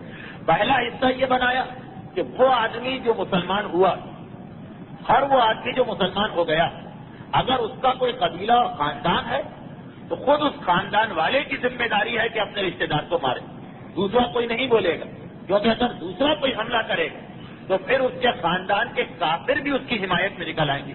عربوں میں یہ جذبہ تھا اور جو آج تک یہ جذبہ مسلمانوں میں بھی پایا جاتا کہ اگر کبھی ہماری قوم کا آدمی غلطی بھی کرے ہم خود اسے ڈانٹ لیں مار لیں کوئی بات نہیں، لیکن اگر کوئی غیر آ کے مارنے آتا تو اب یہ سوچ کر کہ یہ تو ہماری قوم کا آدمی، ہمیں تو اس کی سپورٹ کرنا ہے، صحیح ہو یا غلط۔ قریش کے سامنے یہ بات تھی کہ مثلا زید مسلمان ہو گیا، اگر زید کا اپنا قبیلہ اس کو مارے گا تو کوئی بات نہیں، لیکن اگر ہم اس کو مارنے پہنچ جائیں گے تو اس کا قبیلہ لامحالہ اس کا ساتھ دے گا، چاہے کافر قبیلہ ہی کیوں نہ ہو۔ تو سازش دو حصوں میں بنائی گئی، یعنی یہ منصوبہ دو حصوں میں بنایا گیا کہ جو شریف خاندانوں کے لوگ ہیں یا جن کا کوئی خاندان ہے ان کو تو ان کے خاندان والے ان پر ظلم کریں اور مارے پیٹے، اور ایسے لوگ کہ جن کا کوئی خاندان نہیں، غلام ہیں، کنیز ہیں، بے سہارا لوگ ہیں، ان کو سارے قریش نے مل کے اپنا تختہ نقش بنا لیا کہ جس کو موقع ملے وہ ان پر ظلم کرے۔ اچھا یہ بات بھی آپ میں سے ہر ایک کے علم میں ہے کہ تاریخ انبیاء صرف پیغمبر اسلام نہیں، پورے 1,34,000 انبیاء کی تاریخ ایک حقیقت تو بتاتی، وہ یہ کہ دین حق کو شروع میں ہمیشہ وہ لوگ قبول کرتے ہیں کہ جو غریب ہوتے ہیں، جو اپنے معاشرے کے اندر کمزور ہوتے ہیں، پیسے والے، دولت والے، خاندان والے بہت کم اس کو قبول کیا کرتے ہیں۔ ہاں ان میں بھی نیک لوگ ہوتے ہیں لیکن بہت کم ہوتے ہیں۔ جب بھی پیغام حق شروع ہوتا ہمیشہ غریبوں سے، چنانچہ خود قرآن کہہ رہا کہ حضرت نوح کی قوم حضرت نوح سے بات کر رہی اور کیا کہہ رہی کہ لا ارا، اے نوح ہم نہیں دیکھتے، لا اتبعک الا ارذلنا، اے نوح ہم جب تمہارے ساتھیوں کو دیکھتے تو ہمیں نظر آتا کہ ہماری قوم کے جو رذیل آدمی، ارذلنا، ارذل رذیل کی جمع، ہماری قوم کے جو رذیل آدمی، رذیل مانے کمزور، بے سہارا، پس درجے کے، جنہیں ہم حقیر سمجھتے ہیں، جنہیں ہم ذلیل سمجھتے ہیں، وہ لوگ تمہاری پیروی کر رہے ہیں، اور کوئی شریف آدمی تو تمہارے ساتھ نہیں۔ شریف سے مطلب کیا ہوتی؟ قریش کی زبان پہ یا کافروں کی زبان پہ جب شریف آئے تو وہ کسے کہتے ہیں؟ یہ خود قرآن نے بتایا کہ پیغمبر اسلام نے جب رسالت کا اعلان کیا تو جہاں پیغمبر پہ دوسرے بہت سے الزام لگائے گئے جن کی تفصیل آپ آئندہ تقریروں میں سنیں، وہاں ایک الزام تو وہ لگایا گیا جسے قرآن نے نقل کر لی، لولا انزل ھذا القرآن علی رجل من القریتین عظیم۔ دیکھیے پیغمبر پہ ایک الزام یہ لگایا جا رہا کہ یہ قرآن اگر خدا کا کلام ہے تو خدا نے ان دو شہروں کے کسی بڑے آدمی پر اس کو کیوں نازل نہیں کیا؟ کون سے دو شہر؟ مکہ اور طائف۔ اس زمانے میں یہ دو شہر مالدار ترین شہر تھے، خصوصاً طائف۔ طریقہ یہ تھا کہ مکہ چونکہ بڑا گرم شہر تھا، آج بھی بہت گرمی ہے اور بہت ہی زیادہ بنجر شہر تھا، سبزہ نہیں ہے، باغات نہیں ہے، کھیتیاں نہیں. تو جو پیسے والے تھے، جن کے بڑے بڑے کاروبار تھے، ان کی دکانیں تو ہوتی تھی مکے میں، کوٹھیاں ہوتی تھی طائف میں. یہ دو شہر اس لیے مشہور تھے کہ طائف میں کوٹھیاں ہوں گی اور مکے کے اندر ان کی دکانیں، ان کے کاروبار، ان کے کاروان، ان کے قافلے ہوں گے. تو کیا کہہ رہے ہیں قرآن کہ لولا انزل هذا القرآن على رجل من القريتين عظیم. اگر اللہ ہی کا کلام ہے یہ قرآن، تو اللہ اگر اپنا کلام نازل کرے تو کسی بڑے آدمی پہ نازل کرے گا. تو بڑے سے ان کی مراد کیا ہے؟ پیسے والا، دولت والا، کوٹھی والا، بنگلے والا، جس کا اکاؤنٹ بہت بڑا. تو یہ قرآن، یہ ہر نبی کے مخالفوں نے یہی کہا کہ بڑے آدمی تو آپ کے ساتھ نہیں، ہر کو لینا، جو رذیل، جو غریب، جو بے سہارا لوگ، وہ آپ کے ساتھ ہیں. تو یہی پیغمبر کے ساتھ ہوا کہ شروع میں پیغمبر کے سارے ساتھی چند لوگوں کو چھوڑ کر وہ لوگ تھے کہ جن کا نہ کوئی خاندان ہے، نہ کوئی قبیلہ ہے، بہت ہی غریب، بہت ہی بے سہارا. چنانچہ اچھا موقع مل گیا قریش کو کہ ان پر تو جتنے مظالم کرو کوئی بولنے والا ہی نہیں، کوئی ان کی حمایت کرنے والا ہی نہیں. البتہ وہ مظالم کیا تھے یہ تو میں بعد میں بتاؤں گا، لیکن یہ بھی تاریخ اسلام کی ایک بہت بڑی حقیقت کہ مکے میں قریش کے اتنے مظالم کے باوجود ایک آدمی ایسا نہیں ملتا کہ جس نے کبھی ایک آدمی ایسی بات، اتنے مظالم ہو رہے ہیں. دوسرے انبیاء کو بھی آپ دیکھیے، دوسرے انبیاء کے زمانے کے واقعات دیکھ لیجیے کہ اکثر ایسا ہوا کہ جب نبی پہ یا نبی کے ماننے والوں پہ ظلم شروع ہوا تو سارے ساتھی نہیں مگر کم سے کم 2-4 تو بہرحال ساتھ چھوڑ کے چلے جاتے. پیغمبر اسلام کے مخالفین یا پیغمبر کی بات نہ ماننے والے مدینے میں ہمارے سامنے آتے ہیں، مکے کی بھی آخری زندگی میں ہمارے سامنے آتے ہیں. لیکن جو شروع کے اندر ماحول، جتنے لوگوں پہ ظلم ہو رہا، ان میں سے ایک ایسا نہیں ملے گا، ایک بھی نہیں ملے گا کہ جس نے کسی موقع کے اوپر قریش کی بات مان لی، اسلام کو چھوڑ دیا، اپنے اس پیغام حق سے روگردانی اختیار کر لی. بلکہ تاریخ اسلام کا ایک بہت بعد کا واقعہ ابھی سنا دوں، پورا واقعہ نہیں، اس کا اشارہ. جب 7 ہجری میں خیبر کا قلعہ فتح ہو گیا، 7 ہجری میں خیبر کا قلعہ فتح ہو گیا، تو پیغمبر اسلام نے یہ دیکھ کر کہ مکے کے کافر تو ہم پہ حملہ کریں گے نہیں، کیونکہ صلح حدیبیہ بھی ہو چکی تھی، خیبر کا قلعہ بھی فتح ہو گیا تھا. 2 ہی بڑی طاقتیں رسول کے خلاف تھی، یا مکے کے کافر، ان سے معاہدہ ہو گیا وہ خاموش ہے، یا مدینے کے یہودی، خیبر کا قلعہ فتح کیا ہوا ان کی کمر ٹوٹ گئی، تو دونوں دشمن خاموش ہو گئے. اب پیغمبر نے آس پاس کے جتنے بھی بادشاہ تھے سب کو خط لکھنا شروع کی، اسلام کی دعوت دی. ایک خط ایران کے بادشاہ کے نام آیا، ایک خط مصر کے بادشاہ کے نام گیا، ایک خط روم کے بادشاہ کے پاس آیا، روم کا بادشاہ جس کا نام تھا ہرقل، اس کے پاس یہ خط آیا. جب اس کے پاس یہ خط پہنچا تو ایران والے اور مصر والے تو خیر یہ تو کافر تھے، لیکن روم والے عیسائی اہل کتاب تھے، ان کے پاس نبوت کا تصور تھا، یہ تصور تھا. اس نے یہ خط دیکھا، ایک مرتبہ حیران ہو گیا، حیران ہو کر کہا کہ اس خط کا انداز تو ویسا ہی ہے جیسا انبیاء کا ہوتا ہے. اچھا یہ کہاں کا رہنے والا؟ لوگوں نے بتایا کہ یہ خط جس آدمی کا آیا وہ اس وقت مدینے میں ہے مگر اس کا تعلق مکے سے ہے. یہ شام کا بادشاہ تھا، روم یعنی شام کو کہتے تھے، جہاں شام کا علاقہ. اس نے اپنے سپاہیوں سے کہا جا کے دیکھو کہ میرے دارالخلافہ میں اس مکے کا کوئی آدمی آیا ہوا ہے آج کل یا نہیں، کیونکہ تجارت تو ساری یمن سے مکہ اور مکے سے شام ہوتی تھی. شام میں ہر وقت 2-4 قافلے رہتے تھے مکے والوں کے. اب گئے سپاہی اور اتفاق سے کون آدمی ان کو مل گیا؟ خود حضرت ابو سفیان اس وقت آئے ہوئے تھے، کیونکہ صلح حدیبیہ ہو چکی، کوئی مدینے پہ حملے کا پلان تھا نہیں، خالی زمانہ تھا، تو اپنا قافلہ لے کر تجارت کے لیے شام آئے ہوئے تھے، وہی مل گئے. اس وقت تک انہوں نے اسلام کو ظاہر بھی نہیں کیا تھا. تو سپاہی لے کر آ گئے ہرقل کے سامنے، بادشاہ روم کے سامنے، شاہ روم کے سامنے کہ یہ ایک مکے والا ہم کو مل گیا. ہرقل نے کچھ سوالات کیے ان سے. اب یہ اس وقت بالکل خلاف ہے پیغمبر کے، ظاہری اعتبار سے بھی خلاف ہے. کچھ سوالات کیے ان سے، وہ بہت لمبی گفتگو ہے، اس وقت تو مجھے نہیں بتانا. ان میں ایک سوال یہ بھی کیا کہ یہ بتاؤ اس کے ماننے والے جو ایک مرتبہ اس کو مان لیتے ہیں پھر کیا اس کا ساتھ چھوڑ کے جاتے ہیں؟ پھر کیا کبھی اس کے مخالف ہوتے ہیں؟ کیا تم نے کسی آدمی کو ایسا دیکھا پھر صدقہ ہن دین ہی جو اس کے دین میں داخل ہو کر پھر باہر نکل گیا؟ اس وقت کہنا پڑا، اقرار کرنا پڑا. یہ تو انہوں نے شروع میں کہا تھا کہ اے بادشاہ روم، یہ آدمی جھوٹا آدمی ہے، یہ نبی نہیں. مگر بادشاہ روم نے کچھ سوالات اور کیے کہ میں دیکھوں گا، انبیاء کے حالات کو جانتا ہوں، میں خود دیکھوں گا۔ جب یہ سوال کیا تو کہنا پڑا کہ نہیں، ایسی تو کوئی ایک مثال بھی ہمارے سامنے نہیں، اگرچہ اس کے ماننے والوں پر ظلم بہت ہوئی، مگر مر گئے ماننے والے، کبھی کسی نے اپنی زبان سے اس کے خلاف کوئی بات نہیں نکالی۔ تو ہرقل کو کہنا پڑا کہ یہ انبیاء کے ماننے والوں کی شان ہوتی ہے، جب سینے کے اندر ایمان اتر جائے تو موت بھی خوشگوار محسوس ہونے لگتی ہے۔ یہ شاہ روم کی زبان سے یہ جملہ آ گیا، اور گواہی بھی کس نے دی؟ مسلمانوں کے اس وقت کے بدترین دشمن نے گواہی دی۔ تو یہ خود ایک بہت بڑا معجزہ کہ پیغمبر اسلام کے ماننے والے مکے کی شروع کی زندگی کوئی ایسا نہیں ہے جو اسلام کو چھوڑ کے باہر جا رہا، ہر قسم کا ظلم برداشت کر رہے مگر رہیں گے دائرہ اسلام میں، ہر پریشانی برداشت کر رہے مگر رہیں گے اسلام میں۔ اس کے مقابلے میں ہمارے سامنے حضرت عیسیٰ کا واقعہ آتا، کتنے سال تک تکلیف تھی، مشکل سے 72 آدمی ان کے ساتھ ہوئی، لیکن آخری دنوں میں جب یہودیوں نے گھیرا ڈال دیا تھا، 72 میں سے بھی 12 رہ گئے، 12 میں سے ایک تو یہودیوں سے جا کے مل گیا اور غداری کر گیا۔ جب 11 بجے 11 میں سے بھی ایک پیٹر ان کا نائب حواری، حضرت عیسیٰ خود کہتے ہیں کہ آج صبح مرغا بولنے سے پہلے 3 مرتبہ تم کہو گے کہ میں تمہارا نبی نہیں، اور یہی ہوا کہ جب یہودیوں نے گرفتار کیا تو 3 مرتبہ اس کی زبان سے نکلا کہ نہیں میں تو ان کا ساتھی نہیں، میں تو ان کو نبی نہیں مانتا۔ بمشکل 10 انسان آخر میں بچے تھے، اور اس کے مقابلے میں پیغمبر اسلام کے ساتھیوں کو دیکھیے، یقیناً مدینے کی زندگی میں منافقین آ گئے، مگر اصل بات یہ ہے کہ مکے کی زندگی اس میں بھی منافقین تھے، لیکن اگر آپ اکثریت کو دیکھیں تو آپ کو نظر آئے گا کہ سارے مظالم برداشت ہو رہے ہیں، مگر پیغمبر اسلام کی محبت اتنی، دین حق کی محبت اتنی کہ وہ ظلم کرتے کرتے تھکے جا رہے ہیں، اور ان میں سے کوئی ایک بھی اسلام کو چھوڑنے کو تیار نہیں۔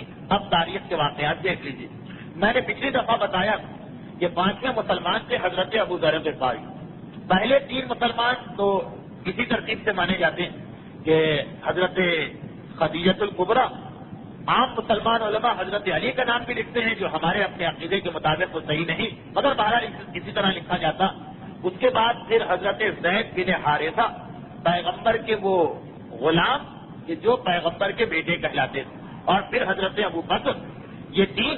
چوتھے نمبر پر ام الفضل کا نام آتا ہے، البتہ اس میں اختلاف ہے، بعض علماء کہتے ہیں کہ ام الفضل چوتھی مسلمان تھی، بعض کہتے ہیں کہ نہیں وہ 9ویں یا 10ویں مسلمان تھی۔ اس کے بعد حضرت ابو ذر غفاری کا نام آتا، حضرت ابو ذر غفاری کے بعد 6واں نام آتا خالد بن سعید بن عاص کا۔ اچھا یہ کون شخصیت ہے، تفصیل میں نہیں جا سکتا، صرف اتنا یاد دلا کہ محسنان اسلام کی تقریر نمبر 17 ان کے حالات پر ہوئی تھی، کیونکہ یہ بڑی عظیم شخصیت ہے، ان کا تعلق ہے خاندان بنو امیہ، اور یہ خاندان کو کہ پہلے دن ہی سے اس نے کمر باندھ لی تھی کہ ہمیں تو اسلام کی مخالفت کرنا، پورا خاندان متحد تھا۔ چنانچہ معصومین بہت محبت کے ساتھ تذکرہ کرتے ہیں کہ اتنے بدترین خاندان میں جسے قرآن نے شجرہ ملعونہ کہا، خالد جیسی شخصیت سامنے آئی جو اپنے پورے خاندان سے بالکل علیحدہ، بالکل جدا۔ یہ خالد ابن سعید ابن عاص انتہائی قریبی تعلق ہے خاندان بنو امیہ، انتہائی قریبی تعلق ہے ان کا حضرت ابو سفیان اور ان کے خاندان سے، اور یہی وجہ کہ شروع کے اندر جب ان کے کانوں تک پیغمبر کا پیغام پہنچا تو انہوں نے کوئی توجہ نہیں دی، لیکن یہ بھی میں یاد دلا دوں کہ یہ وہ زمانہ تھا کہ جب صرف 3-4 ہی آدمی مسلمان ہوئے تھے، ان کا نمبر 6واں نمبر۔ رات کو انہوں نے خواب دیکھا، خواب کی تفصیلات تو بیان ہو چکی ہے، فقط اشارہ کروں، رات کو انہوں نے خواب دیکھا۔ کیا خواب دیکھا کہ گڑھے میں آگ بلند ہو رہی تھی، اور بہت شعلے اس کے بہت زیادہ بلند، اتنا گہرا گڑھا ہے کہ کچھ نظر نہیں آ رہا، یہ اس کے قریب کھڑے ہیں اور ان کا دل ڈرا جا رہا۔ انہوں نے چاہا کہ میں یہاں سے بھاگوں، اس آگ کے قریب سے بھاگوں۔ یہ بات ہے اس وقت کی کہ جب یہ کافروں اور مشرکوں کے مذہب میں شامل تھے، یہاں سے میں بھاگوں، لیکن ایک عجیب بات یہ کہ میں پیچھے ہٹنا چاہتا ہوں، ایسا لگ رہا ہے کہ کوئی پیچھے سے مجھے دھکا دے کے اس آگ میں گرانا چاہ رہا۔ بڑے پریشان، مسلسل کو ان کو دھکا دیے چلا جا رہا۔ شیخ عباس قمی سفینۃ البحار میں اس پوری روایت کو معصوم کے حوالے سے نقل کر رہے ہیں کہ کوئی مجھے دھکا دے کے اس آگ میں گرانا چاہتا، بڑی مشکل سے اپنے آپ کو روک رہے ہیں مگر نہیں روک پا رہے ہیں، بس گرنا ہی چاہتے ہیں آگ میں، بالکل قریب پہنچ گئے آگ میں۔ ایک مرتبہ مڑ کے دیکھا کہ یہ ہے کون میرا دشمن جو مجھے آگ میں پھینک رہا، تو یقین نہیں آیا کہ یہ تو میرا باپ ہے، سعید ابن عاص۔ ایک باپ اپنی اولاد سے کتنی محبت کرتا کہ میرا باپ، اور ساری زندگی باپ نے محبت بھی کی، یہ مجھے آگ میں پھینک رہا، عجیب بات، اور ایسی آگ. اور پھر آخر باپ کا دھکا اتنے زور سے لگا کہ ان کے قدم دڑکھڑا گئے اور یہ اس گڑھے کے اندر گرنے لگے. مگر جیسے ہی گڑھے کی طرف جا رہے، زمین سے ان کے پیر اٹھ چکے، گڑھے میں گر رہے، ایک دم سے یہ دیکھا کہ سامنے انتہائی چمکدار چہرے والا کوئی شخص آ رہا. وہ آیا، آنے کے بعد ان کے بازو کو تھاما، ان کو آگ میں گرنے سے روکا اور لے جا کے گڑھے کے کنارے ایک ایسے مقام پہ کھڑا کر دیا کہ جہاں سے گڑھا نظر آنا بند ہو گیا، ایک انتہائی خوبصورت باغ نظر آنے لگا. انہوں نے فوراً نگاہ اٹھا کے دیکھا یہ ہے کون. پہچان لیا، اس لیے کہ پیغمبر اسلام 40 سال سے اسی مکہ میں تھے. پہچان لیا کہ یہ تو خاندان بنو ہاشم میں عبداللہ کا یتیم ہے. اور آنکھ کھل گئی. اب آنکھ کیوں کھلی؟ تو انتہائی پریشان کہ یہ جو میں نے خواب دیکھا ہے فقط خواب ہے یا اس میں کوئی پیغام تھی. اچھا، تاریخ یہ بتاتی کہ اس وقت تک ان کے کان اسلام کا پیغام نہیں پہنچا، کیونکہ کیسے پہنچتا؟ یا خدیجہ اسلام لائے، یا زید ابن حارثہ اسلام لائے تو، یا حضرت علی کوئی مسلمان لکھ دیتے ہیں، یا حضرت ابو بکر. 5ویں ابو ذر غفاری تھے، وہ تو اسلام لائے اور چلے گئے مکے سے باہر. چنانچہ اب تک ان کے کان میں اسلام کا پیغام نہیں پہنچا. لیکن وہ شکل، وہ چہرہ ان کو یاد ہو گیا. ساری رات پڑھتے، سوچا کہ کل اسی کے پاس جا کے معلوم کروں گا. ویسے ان کے تعلقات نہیں تھے رسول خدا سے، کیونکہ خاندانی دشمنی چلی آ رہی تھی. اگلی صبح کو یہ پیغمبر کی خدمت میں پہنچتے ہیں. اچھا، ویسے پیغمبر تک پہنچنا بہت مشکل کام تھا، لیکن چونکہ ان کو تو ایک خاص طریقے سے حق کے راستے کی طرف خدا لے کے آ رہا، جس سے یہ آسانی سے پہنچ گیا پیغمبر کے پاس. جیسے ہی پیغمبر کا چہرہ دیکھا، ایک مرتبہ بالکل یقین ہو گیا کہ ہاں رات کو میں نے یہی چہرہ دیکھا تھا، کہ کوئی خواب نہیں لگ رہا. پیغمبر سے پوچھا کہ کیا آپ مجھے بھڑکتی ہوئی آپ سے بچانا چاہتے ہیں؟ وہ خواب جو دیکھا تھا وہی ان کے ذہن پہ اثر. اچھا، رسول خدا کو معلوم ہے تو ساری چیزیں پیغمبر کو معلوم. چنانچہ پیغمبر نے کہا ہاں، تمہارا باپ تمہیں اس آگ میں پھینکے گا جس سے ہمیشہ ہمیشہ کے لیے تم عذاب خدا کا نشانہ بنو گے. میں تمہیں اس سے بچانا چاہتا ہوں. قولوا لا الہ الا اللہ تفلحوا، لا الہ الا اللہ کہو اور نجات پاؤ. اب چونکہ خواب دیکھ چکے اس لیے اثر ہو چکا اور فوراً کلمہ اسلام کو اپنی زبان سے ادا کرتے. مگر جب 3 سال کے بعد ان کے باپ کے سامنے وہ اعلان آیا جو رسول نے پہاڑی پہ کھڑے ہو کے کیا تھا، تو ان کا باپ خاندان بنو امیہ سے تعلق ہے، وہ بہت ہی زیادہ سخت دشمن. چنانچہ اس کے ہاتھ میں ایک لاٹھی رہتی اور اکثر گھر سے نکل کے ٹہلا کرتا کہ کوئی مسلمان ملے گا تو میں اس کو سزا دوں گا. اطلاع ملی کہ تمہارا اپنا بیٹا مسلمان بن گیا. انتہائی غضبناک ہو گئے. خالد ابن سعید کو جو چھٹے مسلمان ہیں ترتیب کے اعتبار، ان کو بلایا اور اتنے زور سے مارا اپنے بیٹے کہ روایت یہ ہے کہ وہ جو لاٹھی تھی وہ 2 ٹکڑے ہو گئی. اس انداز سے ان کو زدوکوب کیا اور پھر کہا کہ جو کچھ تم جس جادو میں تم آ گئے اور جو کچھ تم کہہ رہے اس سے دوری اختیار کرو، ورنہ تمہیں اس سے بھی زیادہ سخت سزا ملے گی. بیٹے نے سنا. ایک مرتبہ کہا بابا آپ جتنا مجھے مار دیں، یہ تو مجھے پہلے ہی سے معلوم تھا کہ آپ مجھے آگ میں ڈالنا چاہتے ہیں. میں اس پیغام سے دوری اختیار نہیں کروں گا اور بار بار کہوں گا لا الہ الا اللہ. باپ نے اور مارنا شروع کیا.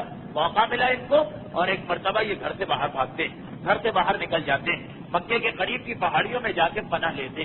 مگر 3 دن کے بعد ان کے باپ نے باقاعدہ پیسے دیے تھے، جیسے آج کل اعلان ہوتا کہ فلاں کو پکڑ کے لانے والے کو 10,000 روپے کا انعام ملے گا. ان کے باپ نے پہلا اعلان جو مسلمان کے بارے میں کیا گیا، ان کے باپ نے یہ اعلان پورے مکے میں کیا تھا. چنانچہ جاسوس پہنچ گئے، ان کو پکڑ کے لائے اور باپ نے ایک مرتبہ کہا کہ بیٹا تم نے اب تک میری محبت دیکھی، میرا غضب نہیں دیکھا. آج سے تمہارے لیے کھانا پینا سب بند. دیکھتا ہوں کہ پھر تمہارا دماغ کیسے ٹھکانے نہیں آتا. مگر جوش ایمانی تھا. کہا بابا نہ آج سے پہلے آپ نے کبھی مجھے روزی دی ہے، نہ آئندہ آپ مجھے روزی دے سکتے. جو میرا پروردگار اب تک مجھے روزی دیتا رہا وہی آئندہ بھی مجھے دے گا. باپ نے سنا. غصے کے عالم نے اپنے قید خانے میں اس کو ڈال دیا. ہر قبیلے کے سردار کا ایک چھوٹا سا قید خانہ ہوتا. سارے گھر سے ان کے بھائیوں اور بہنوں سے کہہ دیا خبردار کو ان کے قریب نہ آئے. 30 دن گزرے اس طرح کہ ایک ذرہ ان کے حلق سے نیچے نہیں اترا. بھوک اور پیاس کی شدت سے موت کے قریب، مگر لا الہ الا اللہ، لا الہ الا اللہ ایسا ناز و نام کا پالا ہوا. آخر خاندان کے کسی آدمی کو رحم آیا، رات کو چپکے سے آ کے اس قید خانے کا دروازہ کھول دیا. ان کو بھی پتہ نہ چلا کہ وہ کون تھا. 5 سال اس کے بعد یہ مسلسل، یعنی 5 پیغمبر اسلام کے اعلان رسالت کے 5ویں سال تک پھر یہ مکے میں نہیں آئے، بلکہ مکے کی پہاڑیوں کے غاروں میں رہا کرتے. اور ایک مرتبہ پہلے پکڑے جا چکے تھے، اس لیے ہر وقت چوکندہ اور ہوشیار رہتے. ایک دن ان کو اطلاع ملی کہ میرا باپ بیمار ہو گیا اور انتہائی شدید بیمار کہ بستر سے نہیں اٹھ سکتا، مگر بار بار کہتا کہ اس نے میرے بیٹے کو بگاڑ دیا. اب جیسے ہی مجھے صحت ہوگی اور میں بستر سے اٹھوں گا، سب سے پہلے بیٹے کے بجائے اس کو جا کے میں سزا دوں گا جو میرے بیٹے کو بگاڑنے والا، یعنی پیغمبر اسلام کی طرف اشارہ. جیسے ہی یہ اطلاع ان کے کانوں تک پہنچی، انہوں نے ہاتھ اٹھائے، اللہم لا ترفعوا ابدا، میرے باپ کو کبھی بستر سے نہ اٹھا. اور تاریخ کہتی ہے کہ ادھر انہوں نے یہ دعا مانگی اور پھر واقعات اسی بیماری میں باپ کا انتقال ہوا، وہ بستر سے نہ اٹھ سکا. یہ چھٹے مسلمان. باپ کے مرنے کے بعد ان کو تھوڑی راحت ملی اور پھر پیغمبر کا وہ حکم آ گیا جو انشاءاللہ چوتھی یا پانچویں تقریر میں آپ سنیں گے کہ اب تم لوگ یہاں سے حبشہ چلے جاؤ. یہ بھی ہجرت کر کے حبشہ چلے گئے. یہ چھٹے مسلمان. اس کے بعد آئیے ساتویں مسلمان. ساتویں مسلمان کا تذکرہ میں اس لیے کر رہا ہوں کہ ان کے تذکرے میں پیغمبر اسلام کی ایک سنت بھی آپ کے سامنے آئے گی کہ جس طرح پیغمبر نے تبلیغ کا طریقہ اختیار کیا تھا. ساتویں مسلمان کون ہے؟ ان کا نام ہے خباب ابن ارد. خباب ابن ارد یہ بڑی عظیم شخصیت ہے تاریخ اسلام کی.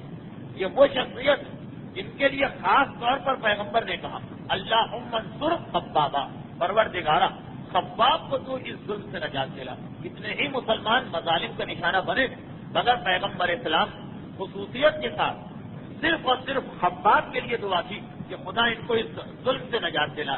باقی بلال حبشی ہیں، عمار یاسر ہیں اور بہت سارے مسلمان پیغمبر ان کے قریب سے گزرے، ان کو تسلی اور دلاسا دیا، مگر خصوصی دعا صرف خباب کے لیے پیغمبر نے کی. یہ ترتیب کے اعتبار سے ساتویں مسلمان.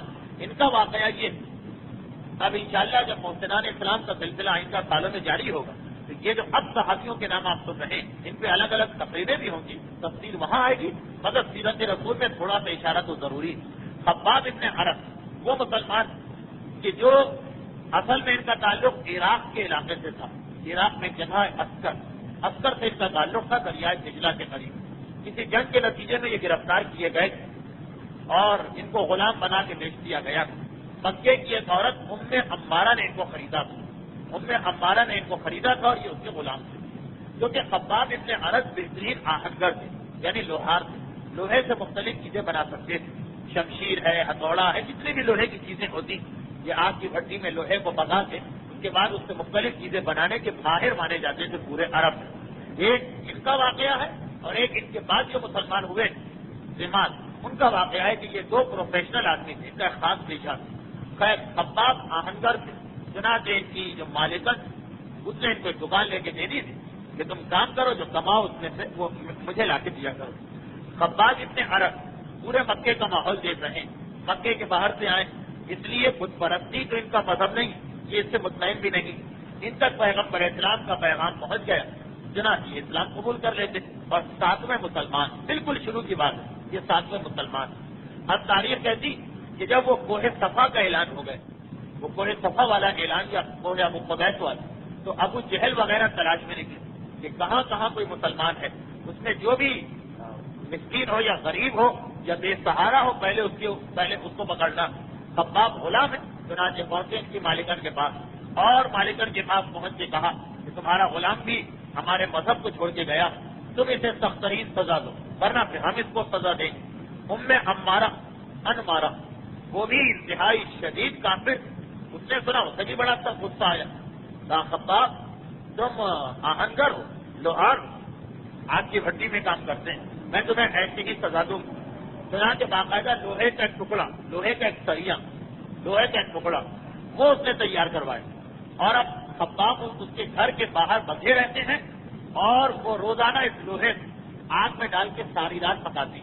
جب صبح کے وقت بالکل گرم گرم ہو رہا ہوتا ہے یہ لوہا، تو یہ خباب کے سر پہ رکھا جاتا اور جب تک کہ اس لوہے کی گرمی ہوتی ہے خباب کو اسی حالت میں کھڑا کیا جاتا.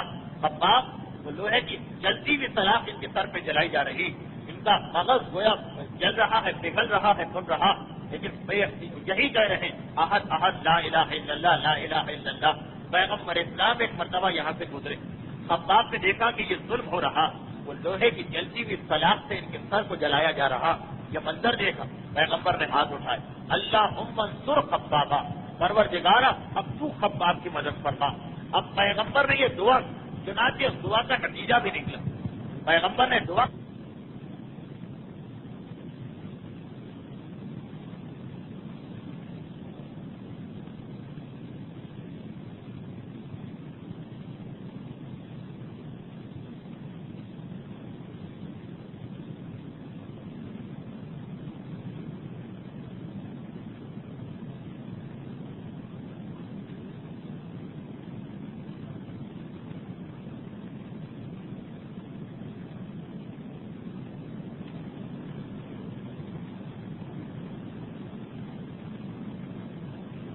بھیجیاں ہوئی جا رہی. مکے کے طبیبوں کو بلایا گیا, مالدار عورت, انہوں نے کہا کہ اس بیماری کا ایک ہی علاج, لوہے کی سلاخ کو گرم کر کے اپنے سر کے اوپر رکھو اور اپنے سر کو داغدار کرو, یا یہ تکلیف برداشت کرو یا وہ تکلیف برداشت کرو. تو تاریخ اسلام بتاتی, جیسے نمرود کا واقعہ آپ سنتے, اتنا تکبر کرنے والا, اور آخر وہی کہ جو دوسروں کی طرف اپنے آگے جھکوا تھا, ایک مچھر کی وجہ سے اتنا پریشان ہوا کہ روزانہ 40 چوٹے اس کے ساتھ مارے جاتے تھے, تب اس کو سکون ہوتا. خباب کے یہاں نہیں یہ واقعہ دہرایا گیا کہ کیونکہ یہ حکم مل گیا. جب حکم مل گیا تو اس مالکہ کے غلاموں اور کنیزوں فقط خباب تھے جو آپ کی بھٹی کا کام جانتے تھے. چنانچہ بے چین ہو کر ان سے کہتی ہے کہ اے میرے غلام, وہ لوہے کی سلاخ گرم کر کے لاؤ, میرے سر پہ رکھ تاکہ مجھے کچھ سکون حاصل ہو. تو تاریخ میں یہ منظر دیکھا کہ ایک طویل عرصے تک جو لوہے کی سلاخ گرم کر کے خباب کے سر پہ رکھی جاتی, پیغمبر کی ایک دعا کے نتیجے میں اب وہی لوہے کی سلاخ خباب گرم کر رہے اور اپنی مالکہ کی سر کے اوپر رکھ رہے. تو تاریخ چند دن اس حالت میں گزرے, اور اس کے بعد جن کی مالکہ اسی بیماری کی وجہ سے ہلاک ہو گئی اور مر گئی. جب وہ مر گئی تو اب تو پورے قریش کو موقع مل گیا. اب خباب بے سہارا ہو گئے, وہ مالکہ بھی نہ رہی, خباب بے سہارا ہو گئے, اور سارے قریش نے ان کے اوپر ظلم کرنا اپنا فرض سمجھ لیا.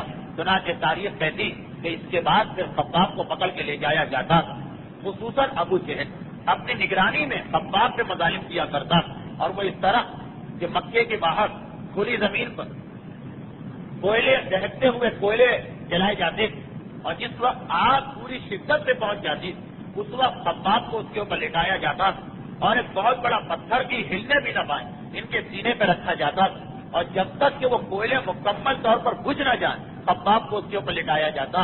روزانہ, ایک دن کی بات نہیں, روزانہ آگ کو بجھایا جاتا ہے, پانی کے ذریعے سے نہیں, خباب کی کھال اور خباب کی پیٹھ کے ذریعے سے. خباب اتنے عرق, نتیجہ یہ نکلا کہ ان کے جسم کی پشت کی ساری کھال جل گئی اور سفید سفید چربی, اور اس کی وجہ سے پورے پشت کے اوپر سفید سفید نشانات.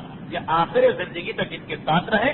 اور اسلام کے اس دور جب حضرت ابوبکر اور حضرت عمر کا زمانہ, ایران اور مصر فتح ہو گیا, مسلمانوں کی ایک خواہش یہ بھی ہوتی تھی کہ کاش ہمیں موقع ملے کبھی خباب اپنے کرتے کو اٹھائیں اور ہم ان کی کمر کو بوسہ دے سکیں. وہ کمر جس سے اس وقت تک وہ جلی ہوئی چربی کے نشانات پائے جاتے تھے, یہ خباب ابن عرب تھے جن کے اوپر روزانہ یہ مظالم ہو رہے. مگر انہی کا ایک اور واقعہ ہمارے پاس آتا, وہ واقعہ میری پچھلے منگل کی بات کو مزید واضح کرتا. خباب ابن عرب پیغمبر اسلام کے صحابی بھی ہیں اور بالکل شروع میں اسلام لے آئے ہیں. تو پیغمبر نے ایک طریقہ یہ اختیار کیا کہ جو مسلمان ہوتا جاتا ہے اسے رسول خدا ٹریننگ دیتے ہیں. ٹریننگ دینے کے بعد اب اس کا کام ہے کہ وہ آگے جا کے دوسرے لوگوں کو مسلمان کرے. اچھا, دوسرے لوگ مسلمان ہو گئے, پھر اگر وہ مزید خواہش ظاہر کریں تو پیغمبر انہی پرانے مسلمانوں سے کہتے ہیں کہ ان کی خدمت کرتے رہنا. چنانچہ خباب ابن عرب اس واقعے میں بھی آپ کے سامنے آتے ہیں. یہ تاریخ کا بڑا مشہور واقعہ. حالات ایسے ہیں کہ میں اس کی ڈیٹیل آپ کے سامنے تفصیل نہیں بیان کر سکتا ہوں. تھوڑا سا اشارہ آج کروں, تھوڑا سا اشارہ اس وقت ہوگا کہ جب اس واقعے کا اپنا موقع آئے گا. حضرت عمر کا اسلام لانا وہ تھوڑا سا واقعہ ہے. ویسے تو جو اس کا صحیح پس منظر وہ بیان نہیں ہو سکتا موجودہ حالات کی وجہ سے. تو جو تاریخ کی کتابوں میں لکھا ہے وہ سیدھا سادہ واقعہ میں آپ کو سنا دوں گا, لیکن اس کا ایک جز ابھی سن لیجیے کہ یہی تو لکھا جاتا, یہی تو بیان ہوتا کہ ایک حضرت عمر جو ویسے ہی شروع سے اسلام کے انتہائی مخالف تھے. ان کی دو کنیزیں, ایک کا نام تھا لبینہ, ایک کا نام تھا زنیرہ. لبینہ کو خود یہ اتنا مارتے تھے کہ وہ لہو لہان ہو جاتی. زنیرہ جو تھا اس کو ابو جہل کے حوالے کر دیا. ابو جہل نے اس کنیز کو اتنا مارا کہ اس کی دونوں آنکھیں ضائع ہو گئے اور وہ اندھی ہو گئی. یہ ساری قربانیاں ہیں جو مسلمانوں نے شروع میں دی.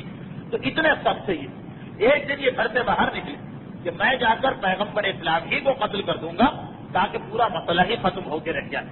وہ مشہور واقعہ ہے. جب یہ گھر سے نکلے, یہ 6 ہجری کا واقعہ ہے, جب 6 ہجری کے واقعات آئیں گے وہاں میں تفصیل بتاؤں گا. اب یہ خباب ابن ارد کی بات ہو رہی. جب یہ گھر سے نکلے آدھے راستے میں پہنچے تو کسی صحابی نے پوچھا کہ بھائی کیا بات ہے, بہت جوش میں جا رہے ہو؟ کسی ایسے نے جو مسلمان ہو چکے تھے مگر اپنے آپ کو مسلمان ظاہر نہیں کیا تھا. کہا کہ آج میں چاہتا ہوں کہ عبداللہ کے اس یتیم کو قتل کر ڈالوں جس نے ہمارے پورے قبضے کو تباہ کر کے رکھا. تو اس آدمی نے کہا کہ اے عمر, وہاں جا رہے اور اپنے گھر کی خبر نہیں لیتے ہو. تمہاری بہن اور تمہارے بہنوئی بھی اسلام قبول کر چکے. ان کی بہن تھی جن کی بہن تھی جناب فاطمہ. مکے کے شروع زمانے میں وہ جو 30 سال کی تبلیغ ہوئی تھی, اس شروع کے زمانے میں 4 عورتیں بہت نمایاں ہیں جنہوں نے اسلام قبول کیا. ایک تو جناب ام الفضل, جناب خدیجہ تو خیر اولین مسلمان ہیں ان کو چھوڑ کر. ایک ام الفضل رسول خدا کی چچی, دوسرے ام ایمن رسول خدا کے والد جناب عبداللہ کی کنیز ام ایمن, تیسری عورت تھی عمار یاسر کی والدہ جناب سمیہ, اور چوتھی عورت تھی حضرت عمر کی بہن اور خطاب کی بیٹی فاطمہ. تو کہا کہ تمہارے گھر میں اسلام آ چکا, تم کہاں جا رہے ہو؟ یہ پلٹ کے آئے. جب گھر میں پلٹ کے آئے تو تاریخ کا واقعہ بعد میں آئے گا. انہوں نے یہ دیکھا کہ وافات میری بہن اور میرے بہنوئی تلاوت قرآن کر رہے ہیں. چنانچہ ان پہ پل پڑے اور دونوں زخمی ہو گئے. لیکن اس وقت ان کی زبان پہ یہ جملہ آیا کہ عمر, مارتے مارتے ہم کو ہلاک کر دو, تبھی جو ہم نے قبول کر لیا اس کو تو نہیں چھوڑیں گے. اور پھر ایک مرتبہ ماحول بدلا, وہ تفصیل بات کی. تو تاریخ یہ بتاتی کہ جب حضرت عمر غصے میں پلٹ کے آئے تھے اپنی بہن اور بہنوئی کے گھر, اس وقت ان کی بہن اور بہنوئی کے گھر میں جناب خباب ابن ارد آئے تھے, کیونکہ پیغمبر نے خباب کی ذمہ داری لگائی تھی. جتنے لوگ نئے مسلمان ہوتے جاتے پیغمبر پرانے مسلمانوں میں سے ہر ایک کی ڈیوٹی لگا دیتے. مثلا 5 نئے مسلمان ہوئے, ایک پرانے مسلمان سے کہا کہ تم جا کر ان کی ٹریننگ کرو.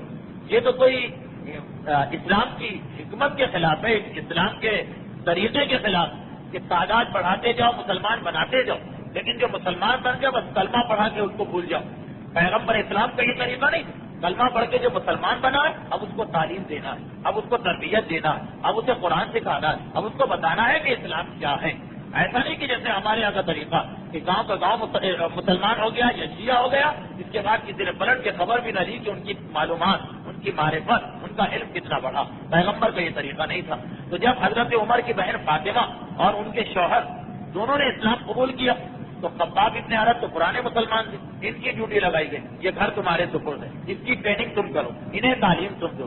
چنانچہ جناب خباب انہیں سورہ طٰہٰ, قرآن کریم کا 20واں سورہ طٰہٰ سکھا رہے تھے اس وقت جب حضرت عمر آئے اور یہ سارا واقعہ پیش آیا. جیسے ہی حضرت عمر آئے جناب خباب پوشیدہ ہو گئے, کیونکہ پیغمبر اسلام کا خصوصی حکم تھا کہ نئے مسلمان اگر ظاہر ہو جائیں تو کوئی بات نہیں, مگر جو پرانے مسلمان ہیں, جو ٹریننگ دینے والے ہیں, وہ حد الامکان اپنے آپ کو پوشیدہ رکھیں. تو جناب خباب ابن ارد 7ویں مسلمان بھی ہیں اور 7 کا مبلغ اسلام بھی ہیں, یعنی پیغمبر نے ان کو بھی تبلیغ کے لیے مقرر کیا ہوا تھا. یہ 7ویں مسلمان. اس کے بعد 8ویں نمبر پر ہمارے سامنے جناب زباد ابن ثعلبہ آتے ہیں. جناب زباد میم الف دال, ان کا نام بہت کم لیا جاتا اس اعتبار سے کہ تاریخ اسلام میں ان کے زیادہ واقعات نہیں, مگر یہ بھی کس طرح سے اسلام لائے اس لیے مجھے بتانا کہ بعض اوقات چھوٹا سا بہانہ کسی کو مسلمان کر سکتا ہے. جناب زماد ہے بہت دلچسپ بات. جناب زماد ایک طبیب تھے, ایک ڈاکٹر تھے, مکے کے حکیم تھے. پیغمبر اسلام جب اسلام لائے تو جنگل تو نہیں تھا, مکہ ایک شہر ہے, اس میں ہر پیشے کے لوگ ہیں. یہ مکے کے طبیب ہیں, ان کا علاج ایک دوسروں کا علاج, دوسرے بیماروں کا علاج کرنا یہ ان کا طریقہ, یہ ان کا پیشہ. جناب زماد ابن ثعلبہ ایک مرتبہ مکے کے ایک بازار سے گزر رہے ہیں. ویسے تو ان کو فرصت کم ملتی تھی شہر میں کیا ہو رہا. ڈاکٹر لوگ, حکیم لوگ, طبیب لوگ بہت مصروف رہتے ہیں, زیادہ تر اپنے مذہب میں بیٹھے رہتے تھے. ایک دن وہ چھٹی کا دن تھا یا کیا, یہ مکے کے باہر سے گزر رہے تھے, مکے کے باہر جا رہے تھے. اس وقت پیغمبر اسلام بھی اس طرف سے گزرے. انہوں نے یہ دیکھا, دیکھیے بعض اوقات کتنا سا جملہ, کتنی سی بات کسی کو مسلمان بنا دیتی.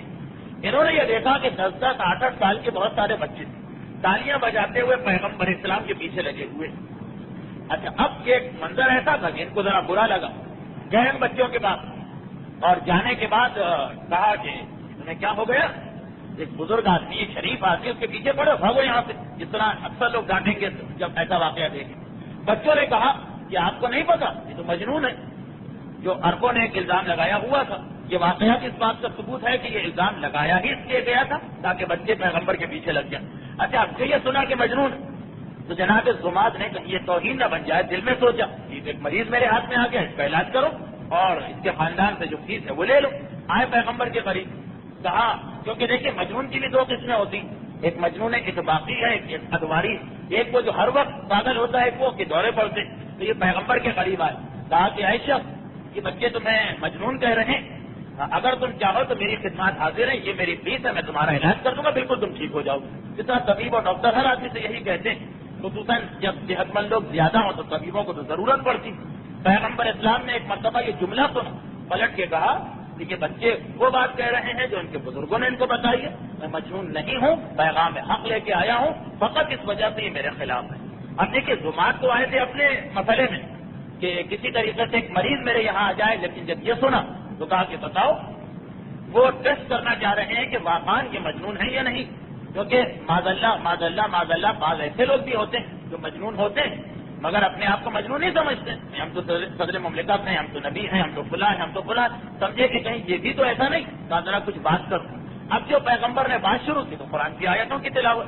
بہرحال مکے کے ماحول سے کٹے ہوئے، ان کو نہیں پتا تھا کہ مکے میں کیا ہو رہا، اپنے کلینک میں اپنے مذہب میں مصروف رہنے والے. چنانچہ براہ راست انہوں نے قرآن کو سنا رسول سے.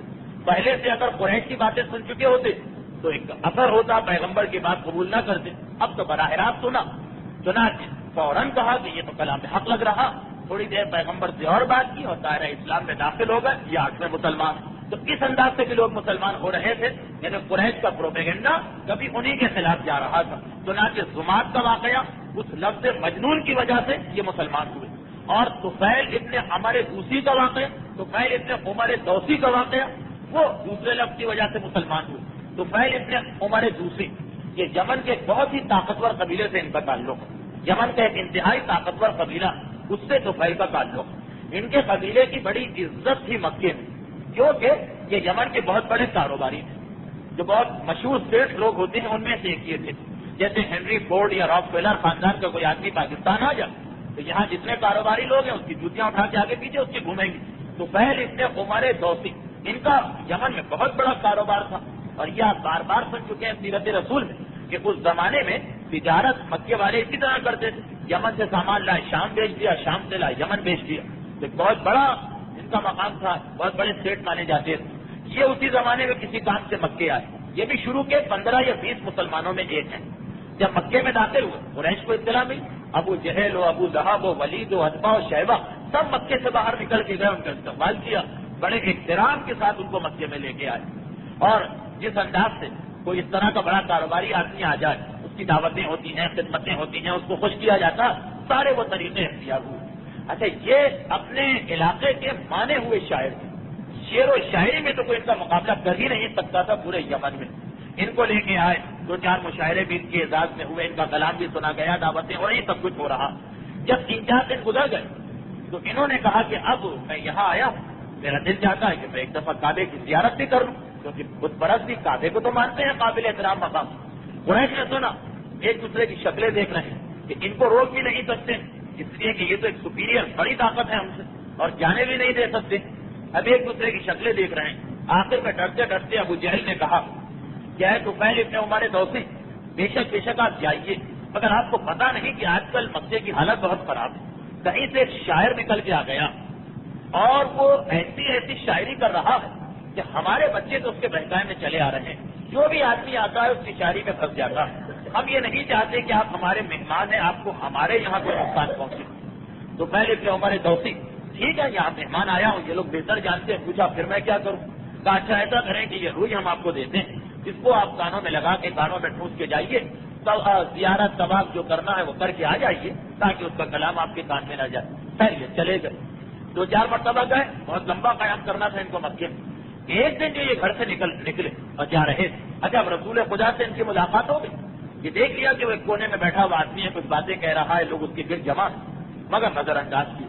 ایک دن جو یہ گھر سے نکلے تو سوچا کہ یہ کیا کہہ دیا ابو جہل وغیرہ کہ یہ آدمی شاعر ہے، چنانچہ اس کی باتوں میں نان ہے. ایک عام آدمی تو شاعر کی باتوں میں آ سکتا، مگر میں تو خود شاعر تو کبھی شاعر کی باتوں میں نہیں آتا، میں تو خود شاعر ہوں. یہ کتنی ہی بہترین شاعری کرے سارا عرب میری شاعری کو مانتا، مجھ پر اس کا کیا اثر ہوگا، ذرا سننا تو چاہیے۔ بس یہ خیال دل میں آیا، ایک مرتبہ جیسے ہی رسول نظر آئے، کانوں سے ہوئی کو نکالا، پیغمبر اسلام تلاوت کر رہے ہیں سورہ حامیم سجدہ، وہ جو آیتیں سنی دل پہ ایسا اثر ہوا کہ اسی وقت لا الہ الا اللہ کہا تو دماغ اس لیے مسلمان ہو گئے کہ وہاں مجنون کہا جا رہا تھا تو ان کے اوپر اثر ہوا، کیونکہ خود طبیب ہے، ان کو پتا ہے کہ مجنون کون ہے اور صحیح کون ہے۔ اور طفیل اس لیے مسلمان ہوئے کہ شاعر کہا جا رہا، جو خود شاعر ہے، ان کو پتا ہے کہ میں حقیقت کو پہچان سکتا ہوں۔ تو یہ عربوں کا اور قریش کا پروپیگنڈا پیغمبر کے خلاف کر رہے، مگر کبھی الٹا انہیں کو نقصان پہنچ رہا، فقط اس لیے کہ یہ حق قبول کرنے والے جو ہیں یہ بالکل حق اور باطل کو پہچاننے کی نیت سے پیغمبر اسلام کے قریب جا رہے ہیں۔ اسی لیے طفیل جو باہر سے آیا، لکھپتی ہے اس زمانے میں، اس پہ اثر ہو گیا۔ ابو جہل پاس بیٹھنے والا، اس پر اثر نہیں ہوا۔ یہ شروع کے چند مسلمانوں کے حالات آپ نے سنے، اب جو یہ مسلمان بڑھتے چلے جا رہے ہیں تو قریش کے دل میں یہ خیال پیدا ہوا کہ نہیں، اسلام کی دعوت کو روکنے کا کوئی اور طریقہ ہمیں اختیار کرنا چاہیے۔ وہ کیا طریقہ تھا وہ انشاءاللہ آئندہ منگل کو سنیں گے، کیونکہ آج میں نے بہرحال اعلان سے زیادہ وقت لے لیا، تقریباً 2 منٹ زیادہ ہو چکے ہیں، جبکہ ابھی مسائل بھی مجھے بیان کرنا، اس لیے آج اس وقت اتنی ہی گفتگو مناسب ہے۔ انشاءاللہ آئندہ منگل کو اس کے بعد کا مرحلہ پیش کیا جائے گا۔ مظالم شروع ہو گئے ہیں، پروپیگنڈا شروع ہو گیا ہے، مگر اس کے باوجود اسلام پھیل رہا ہے۔ اب قریش نے کیا حکمت عملی اختیار کی؟ اس سے پہلے کہ میں تقریر کے دوسرے حصے پر آؤں، آپ سے بآواز بلند درود کی التماس ہے۔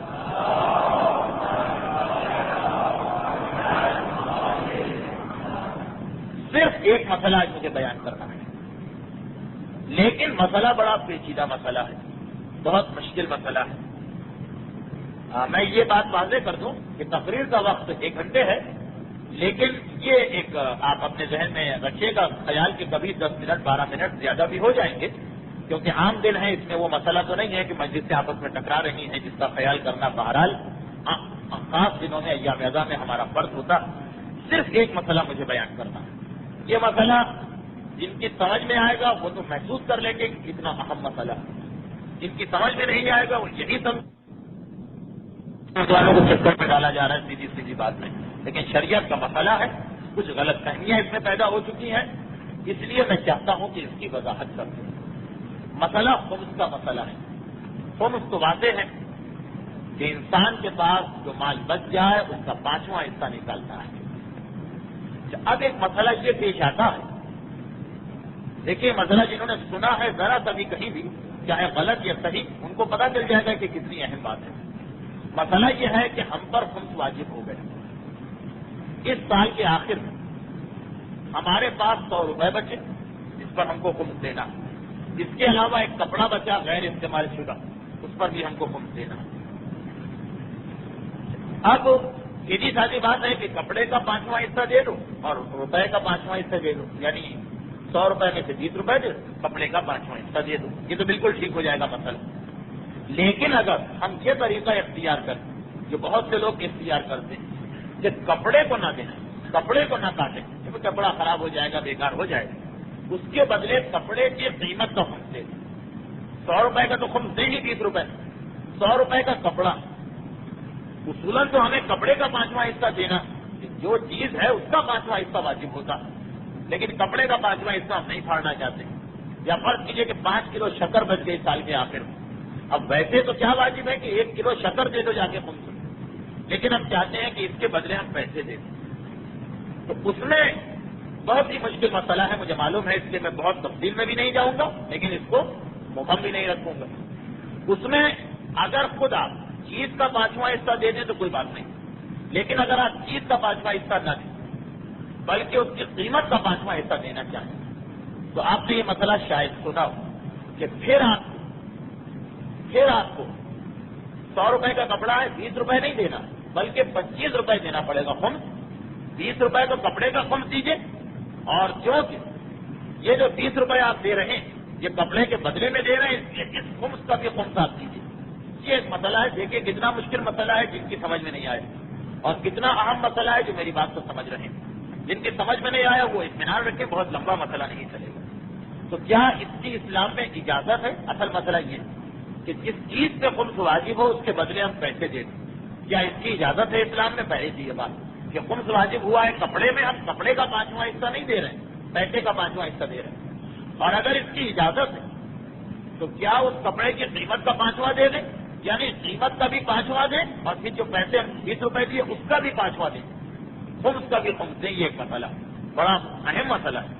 تو اس میں ہمارے علماء یہ فرماتے ہیں کہ اگر اسی سال کا پیسہ ہے اور اسی سال کا کپڑا، دونوں ایک ہی سال کی چیزیں، دونوں خمس جو ہم دے رہے ہیں ایک ہی سال کا، اسی سال کا کپڑا ہے، اسی سال کا پیسہ ہے، تو اس کا طریقہ یہ ہے کہ اگر آپ کپڑا نہیں دے رہے ہیں خمس، پیسے دینا چاہتے ہیں کپڑے کے بدلے، تو دونوں کو جوڑیے، دونوں کی قیمت جوڑیے. یعنی 100 روپے کا کپڑا ہے، 100 روپے لکھیے کاغذ پر، 100 روپے آپ کے پاس نقد ہیں، 100 روپے اور لکھیے 200 ہو گئے، اس کا 5واں حصہ دے دیجیے. بالکل ٹھیک ہے مسئلہ، اس میں کوئی پریشانی نہیں ہوگی. یہ نہ کریں کہ پہلے کپڑے کا خمس 20 روپے نکالتے 100 میں سے، پھر 80 روپے بچے اس کا خمس نکالتے 16 روپے. یہ اگر آپ کریں گے کہ پہلے کپڑے کا خمس نکالا پھر پیسے کا خمس نکالا، اس کے نتیجے میں 4 روپے خمس کے آپ کھا جائیں گے، ادا نہیں کریں گے حساب و کتاب کی غلط کرنے کی وجہ سے. تو دیکھیے یہ مسئلہ مجھے اندازہ ہے کہ میں اس کو بہت واضح نہیں کر پا رہا ہوں اور ضرورت بھی محسوس نہیں ہو رہی. تو خلاصہ کیا ہوگا کہ اگر ایک ہی سال کی دونوں چیزیں تو کوئی بات نہیں، دونوں کی قیمت کاغذ پر لکھ کے اس کا 5واں حصہ نکال دیں. یہ کبھی نہ کریں کہ پہلے چیز کا خمس نکال دیں پھر جو پیسے بچے ان کا خمس نکالیں، اس میں ہمیشہ نقصان ہوگا. جیسے میں نے مثال دی کہ اگر آپ پہلے کپڑے کا خمس 20 روپے نکال دیں گے تو باقی بچے آپ کے پاس 80 روپے، پھر 80 روپے کا خمس آپ نکالیں گے 16 روپے، تو 36 روپے آپ نے خمس نکالے. اور اس کے مقابلے میں اگر آپ دونوں کی قیمت پہلے کاغذ پہ لکھ دیں گے، 100 روپے کا کپڑا، 100 روپے نقد، 200 ہوئے، 200 کا 5واں حصہ 40 روپے بنے، تو اصل خمس 40 بنتا ہے. لیکن اس وقت جب آپ ایک ساتھ سب کا خمس نکالیں اور اس طریقے پر اگر آپ چلیں کہ چیزوں کا خمس پہلے نکال دو پھر جو پیسے بچے ہیں اس کا خمس نکالو، اس میں 4 روپے 36 روپے آپ نے نکالا، 4 روپے آپ حساب کی غلطی کی وجہ سے نہ نکال سکے. لیکن یہ مسئلہ اتنا مشکل نہیں.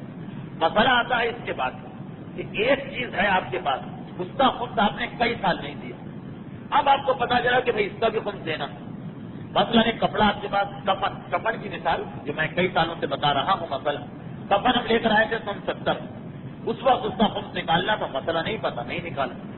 اب آج پتا چلا کہ خمس کا بھی کفن کا بھی خمس نکالنا، تو لوگ کیا کرتے ہیں؟ لوگ یہی تو کرتے ہیں کہ مثلا 100 روپے کا کفن ہے 20 روپے نکال کے دے کہ یہ آپ لے جائیے. اگر یاد رکھیے اس مسئلے میں ایک پہلو اور آ رہا، یہ 20 روپے جو آپ نے اس سال دے دیے، یہ 20 روپے آپ کو اس سال دینے کا حق نہیں، اس لیے کہ یہ تو سن 70 کا خمس آپ کو دینا چاہیے. اگر آپ اس سال کے 20 روپے دے رہے ہیں، اس سال کے پیسوں میں سے، اس سال کے پیسوں میں سے اگر آپ دے رہے ہیں پرانا پیسہ، تو یہ آپ کا اسلام کے نزدیک جائز خرچہ نہیں. کیونکہ مسئلہ کیا ہے کہ سارا سال آپ خرچ کیجئے، اس کے بعد جو بچ جائے اس کا خمس دینا، مگر جو آپ سارا سال خرچ کریں گے وہ اس سال کے خرچے ہوں، پرانے یا آئندہ کے اگر آپ کچھ خرچے کریں گے اس کا خمس آپ کو دینا پڑے. جیسے اس کی بہت سی واضح مثال کہ آپ کو مکان لینا ہے 5 سال بعد، آپ نے 1000 روپے آج دے دیے کمپنی کو، تو ٹھیک ہے، یا 10,000 آج دے دیے، تو یہ جو آپ نے 10,000 اس سال کے پیسے دیے، جبکہ مکان آپ کو ملے گا 90 میں، خرچہ اس وقت کرنا یعنی چیز اس وقت مل رہی ہے، تو آپ کو حق نہیں ہے کہ اس سال کے پیسوں میں سے اس کو آپ ادا کریں. جب سن 1990 میں آپ کو مکان ملے گا، اس کا خرچ، اس کے پیسے بھی 1990 میں سے آپ دیجیے. 3 سال پہلے اس کے پیسے دیں گے، اس کا خمس دینا پڑے گا. پہلے خمس دیجیے پھر بعد کا خرچہ دیجیے. یہی مسئلہ ہوتا ہے پرانے خرچوں کا کہ 2 سال پہلے کا ایک قرضہ اگر آپ آج ادا کر رہے ہیں تو یہ اس سال کے خرچے میں نہیں شمار ہوگا، یعنی آخر سال میں جب آپ خمس دیں گے تو یہ خرچہ اس میں سے نہیں نکل جائے گا کہ پیسے خرچ ہو. اس میں پرانا قرضہ دیا ہے، اس کے بھی پیسے دے دو. یہ ایک مسئلہ آتا ہے ہمارے سامنے. تو دیکھیں کہ آغا کوئی اور خمینی کیا فرماتے ہیں. بس میں ان کے فتوے بتاؤں گا، باقی کچھ نہیں. آپ لوگ الجھ رہے ہوں گے، جن لوگوں کے لیے نیا مسئلہ. تو آغا خمینی یہ فرماتے ہیں، آغا خمینی کا مسئلہ یہ کہ اگر کوئی آدمی پرانی چیزوں کا خمس اس سال دینا چاہے، اس سال کی چیز نہیں، چیز پرانی، پرانا پیسہ ہے، پرانا کپڑا ہے، پرانا مکان ہے، اب خمس دینا چاہ رہا، تو اس صورت میں یہ اس کا خرچہ غلط ہے، اس سال اس کو حق نہیں. چنانچہ وہ خمس بھی دے گا اور اس کا بھی خمس دے گا. مثلا پرانا خمس آپ 1000 2 سال پہلے کا خمس اس سال دے رہے ہیں، تو 1000 بھی دیجیے اور 1000 کا خمس 200 روپے اور دیجیے، بجائے 1000 کے 1200 روپے دیجیے. کیونکہ اسلام کے اعتبار سے جو آپ نے یہ خرچہ 1000 روپے کیا یہ غلط کیا، یہ اس سال کا نہیں. چنانچہ سال کے آخر آپ یہ سمجھیں کہ 1000 روپے میرے پاس بچے، میں نے غلط خرچ کر دیے تھے، اس کا 200 الگ سے دیں. یہ آغا خمینی کا فتویٰ، بس اس سے زیادہ کچھ نہیں. اور آغا کوئی کیا فرماتے ہیں؟ آغا کوئی فرماتے ہیں کہ جس چیز کا پرانا خمس آپ دے رہے ہیں، جس چیز کا پرانا خمس آپ دے رہے ہیں، اگر وہ چیز اب تک موجود ہے اور اس کا خمس دے رہے ہیں تو پھر یہ مسئلہ چلے گا کہ اس کا خمس بھی دیجیے اور اس خمس کا خمس بھی دیجیے. مثلا ایک شیروانی یا ایک کفن 100 روپے کا ہم نے خریدا تھا 10 سال پہلے، وہ کفن اب تک ہمارے پاس پڑا ہوا، ہم اس کا خمس دے رہے ہیں 20 روپے، مگر 20 روپے سے کام نہیں چلے گا کیونکہ جس چیز کا خمس دے رہے ہیں وہ چیز آپ کے گھر میں موجود ہے. تو آپ 100 روپے میں 20 روپے بھی دیجیے، پھر اس 20 روپے پر 4 روپے اور دیجیے، جو اس 20 روپے کا خمس ہے وہ بھی آپ کو دینا پڑے گا.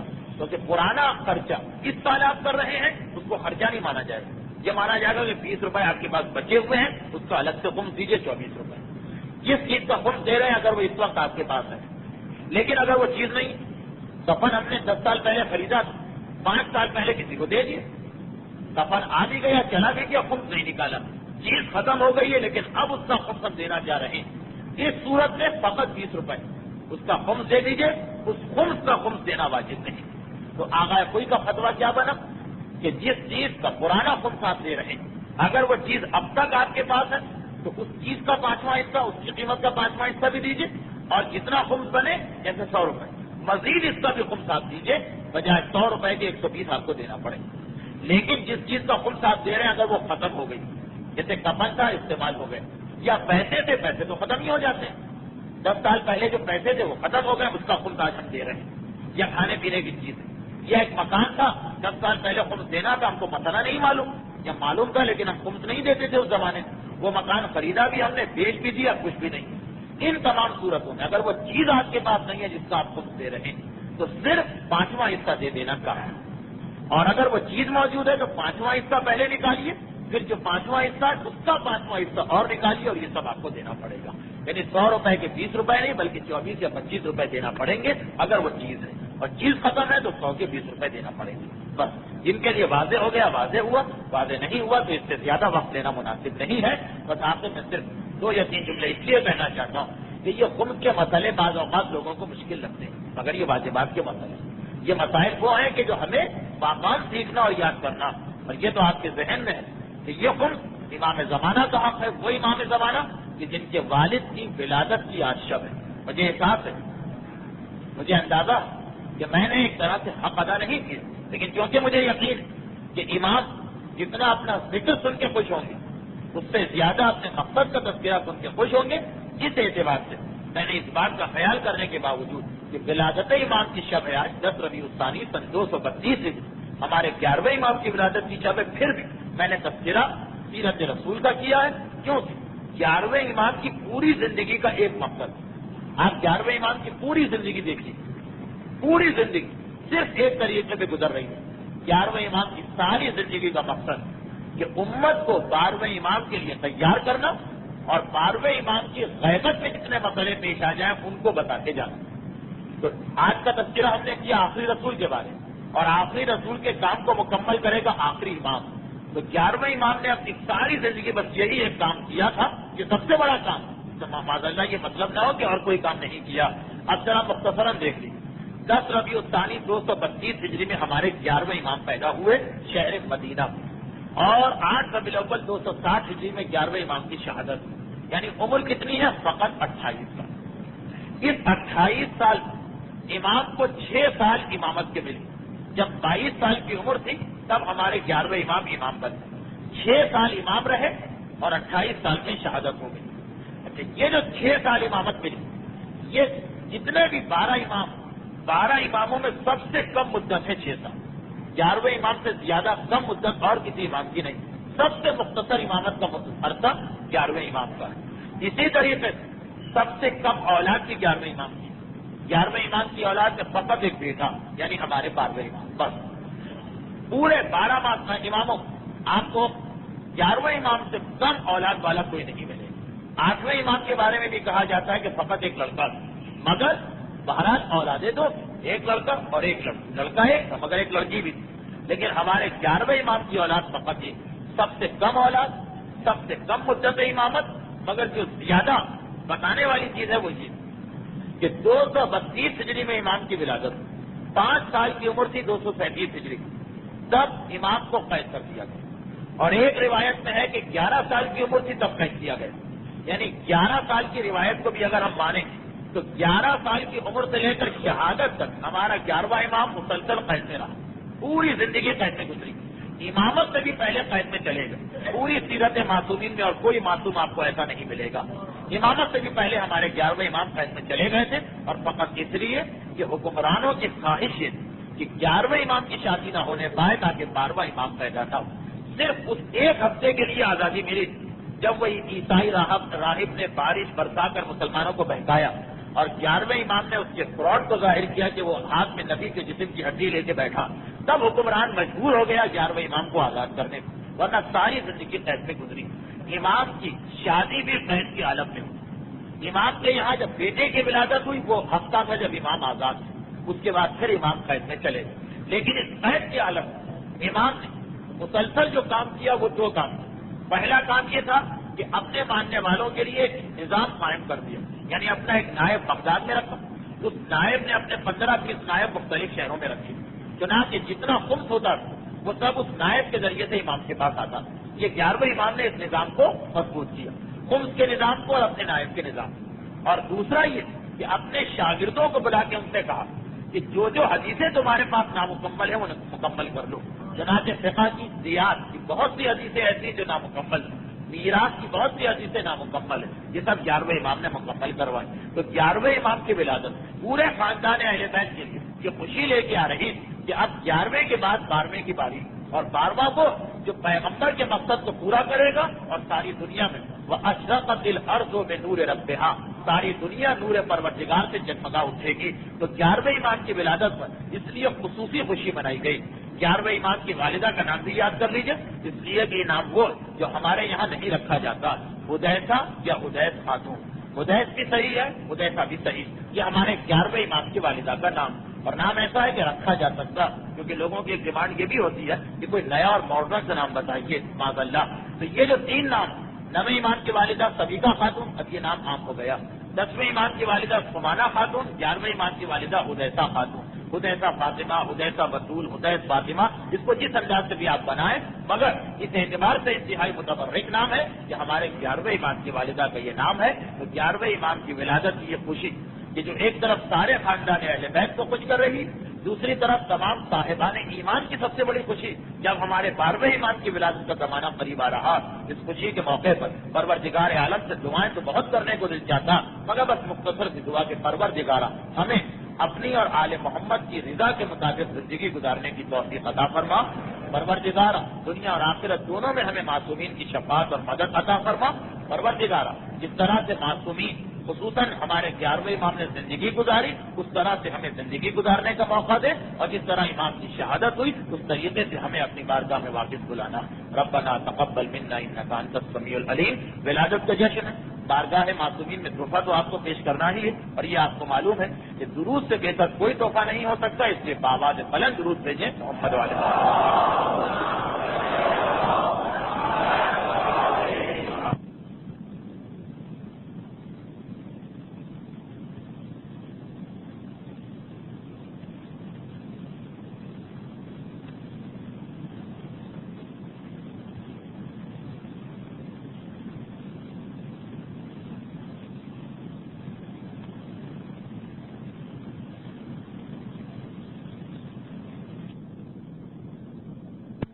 Other hot, isn't it? Listen again. انت مبسوط في مصر؟ ايوه مبسوط قوي، الناس لطاف جدا. وانت يا مدام؟ مبسوطة قوي الحمد لله، بس الجو حر شوية مش كده؟ So now you can tell someone if you like it there by saying مبسوط قوي or مبسوطة قوي.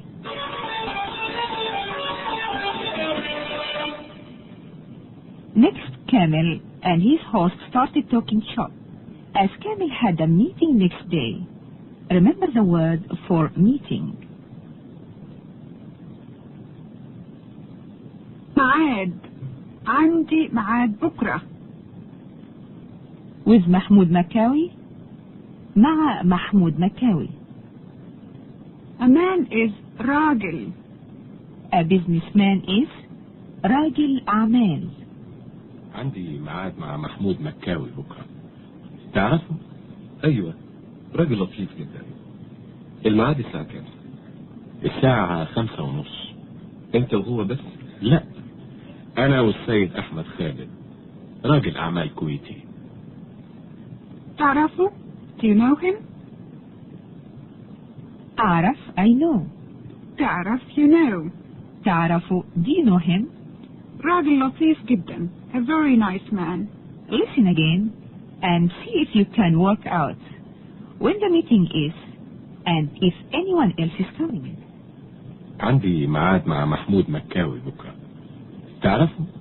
ايوه، راجل لطيف جدا. الميعاد الساعة كام؟ الساعة 5:30. انت وهو بس؟ لا، أنا والسيد أحمد خالد، راجل أعمال كويتي. When is the meeting?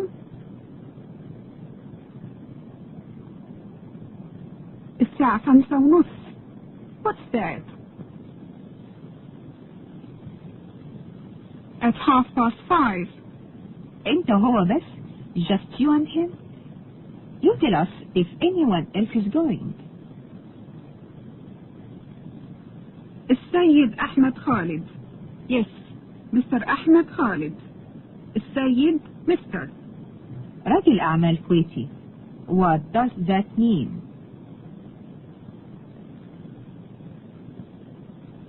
A Kuwaiti businessman. So now you can start talking about business appointments.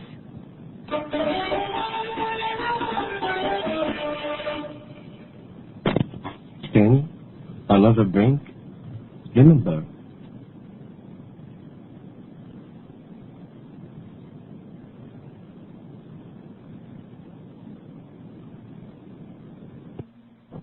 جاؤ میرے اصغر کہاں ہو جاؤ غم گلے سے لگا رہی ہوں میں غم گلے سے لگا رہی ہوں میں غم گلے سے لگا رہی ہوں میں غم گلے سے لگا رہی ہوں میں خالی جھولا جھولا رہی ہوں میں خالی جھولا جھولا رہی ہوں میں خالی جھولا جھولا رہی ہوں میں خالی جھولا جھولا رہی ہوں میں خوں کے آنسو بہا رہی ہوں میں اب سوئے شام جا رہے ہوں میں میرے اصغر کہاں ہو آ جاؤ میرے اصغر کہاں ہو آ جاؤ رات کا وقت ہونے والا ہے میرے اصغر کہاں ہو آ جاؤ میرے اصغر کہاں ہو آ جاؤ چل بسے مجھ سے روٹھ کر ہائے چل بسے مجھ سے روٹھ کر ہائے میں نے کپڑے نئے نہ پہنائے میں نے کپڑے نئے نہ پہنائے بال بکھرے ہوئے نہ سلجھائے کون اب ماں کے دل کو بہلائے میرے اصغر کہاں ہو آ جاؤ میرے اصغر کہاں ہو آ جاؤ رات کا وقت ہونے والا ہے میرے اصغر کہاں ہو آ جاؤ میرے اصغر کہاں ہو آ جاؤ جاؤ سے جاؤ سے جاؤ سے جاؤ سے جاؤ سے جاؤ سے جاؤ سے جاؤ سے جاؤ سے جاؤ سے جاؤ سے جاؤ سے جاؤ سے السلام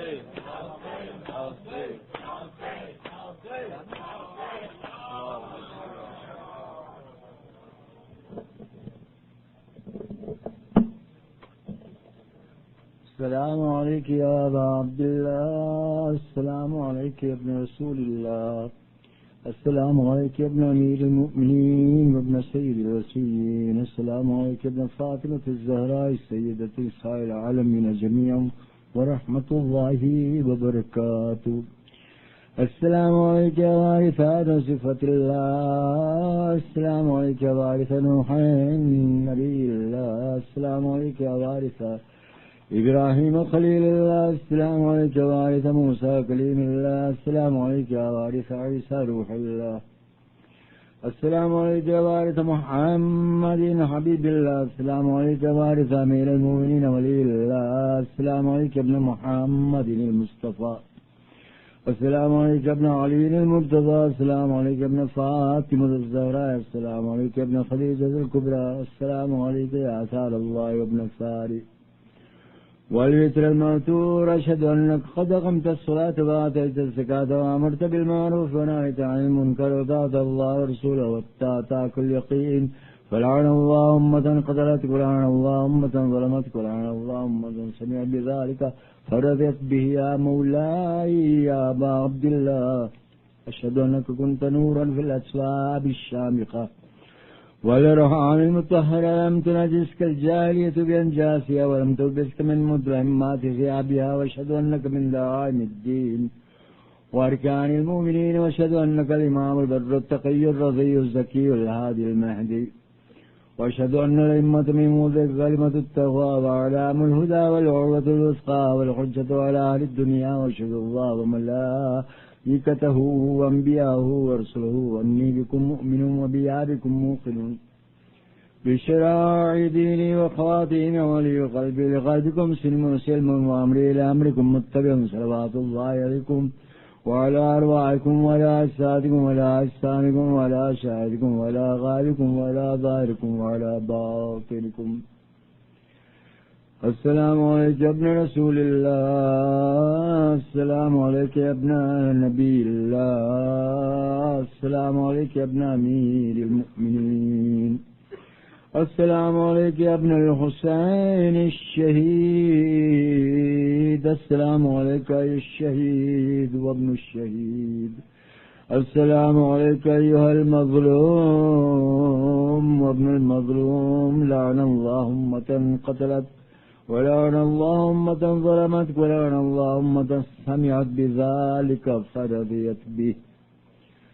السلام عليكم يا أولياء الله وأحباءه، السلام عليكم يا أصفياء الله ووداه، السلام عليكم يا أنصار دين الله، السلام عليكم يا أنصار رسول الله، السلام عليكم يا أنصار أمير المؤمنين، السلام عليكم يا أنصار فاطمة الزهراء سيدة نساء العالمين، السلام عليكم يا أنصار أبي محمد الحسن بن علي الولي الزكي الناصر الأمين، السلام عليكم يا أنصار أبي عبد الله بأبي أنتم وأمي، طبتم وطابت الأرض التي فيها دفنتم وفزتم فوزا عظيما، فيا ليتني كنت معكم فأفوز معكم. السلام عليك يا سيدي يا مولا أبي الفضل العباس بن أمير المؤمنين وقاسم بن عسان ومسلم بن عقيل وأني بن عروة والحر الشهيد الرياحي، السلام عليكم يا ساداتي وموالي جميعا ورحمة الله وبركاته. السلام عليك يا مولاي وابن مولاي، السلام عليك يا غريب الغرباء، السلام عليك يا معين الضعفاء الفقراء، السلطان أبا الحسن سيد العرب والعجام، مولانا علي بن موسى الرضا، كن شفيعنا وشفيع والدينا في يوم الجزاء ورحمة الله وبركاته. السلام عليك يا مولانا يا صاحب العصر والزمان، اللمان اللمان اللمان، السلام عليك يا خليفة الرحمن، السلام عليك يا شريك القرآن، السلام عليك يا إمامي وإمام الإنس والجان عجل الله تعالى فرجك وسهل الله مخرجك وظهورك ورحمة الله وبركاته. أرواح المؤمنين والمؤمنات ثواب الفاتحة مع الصلوات.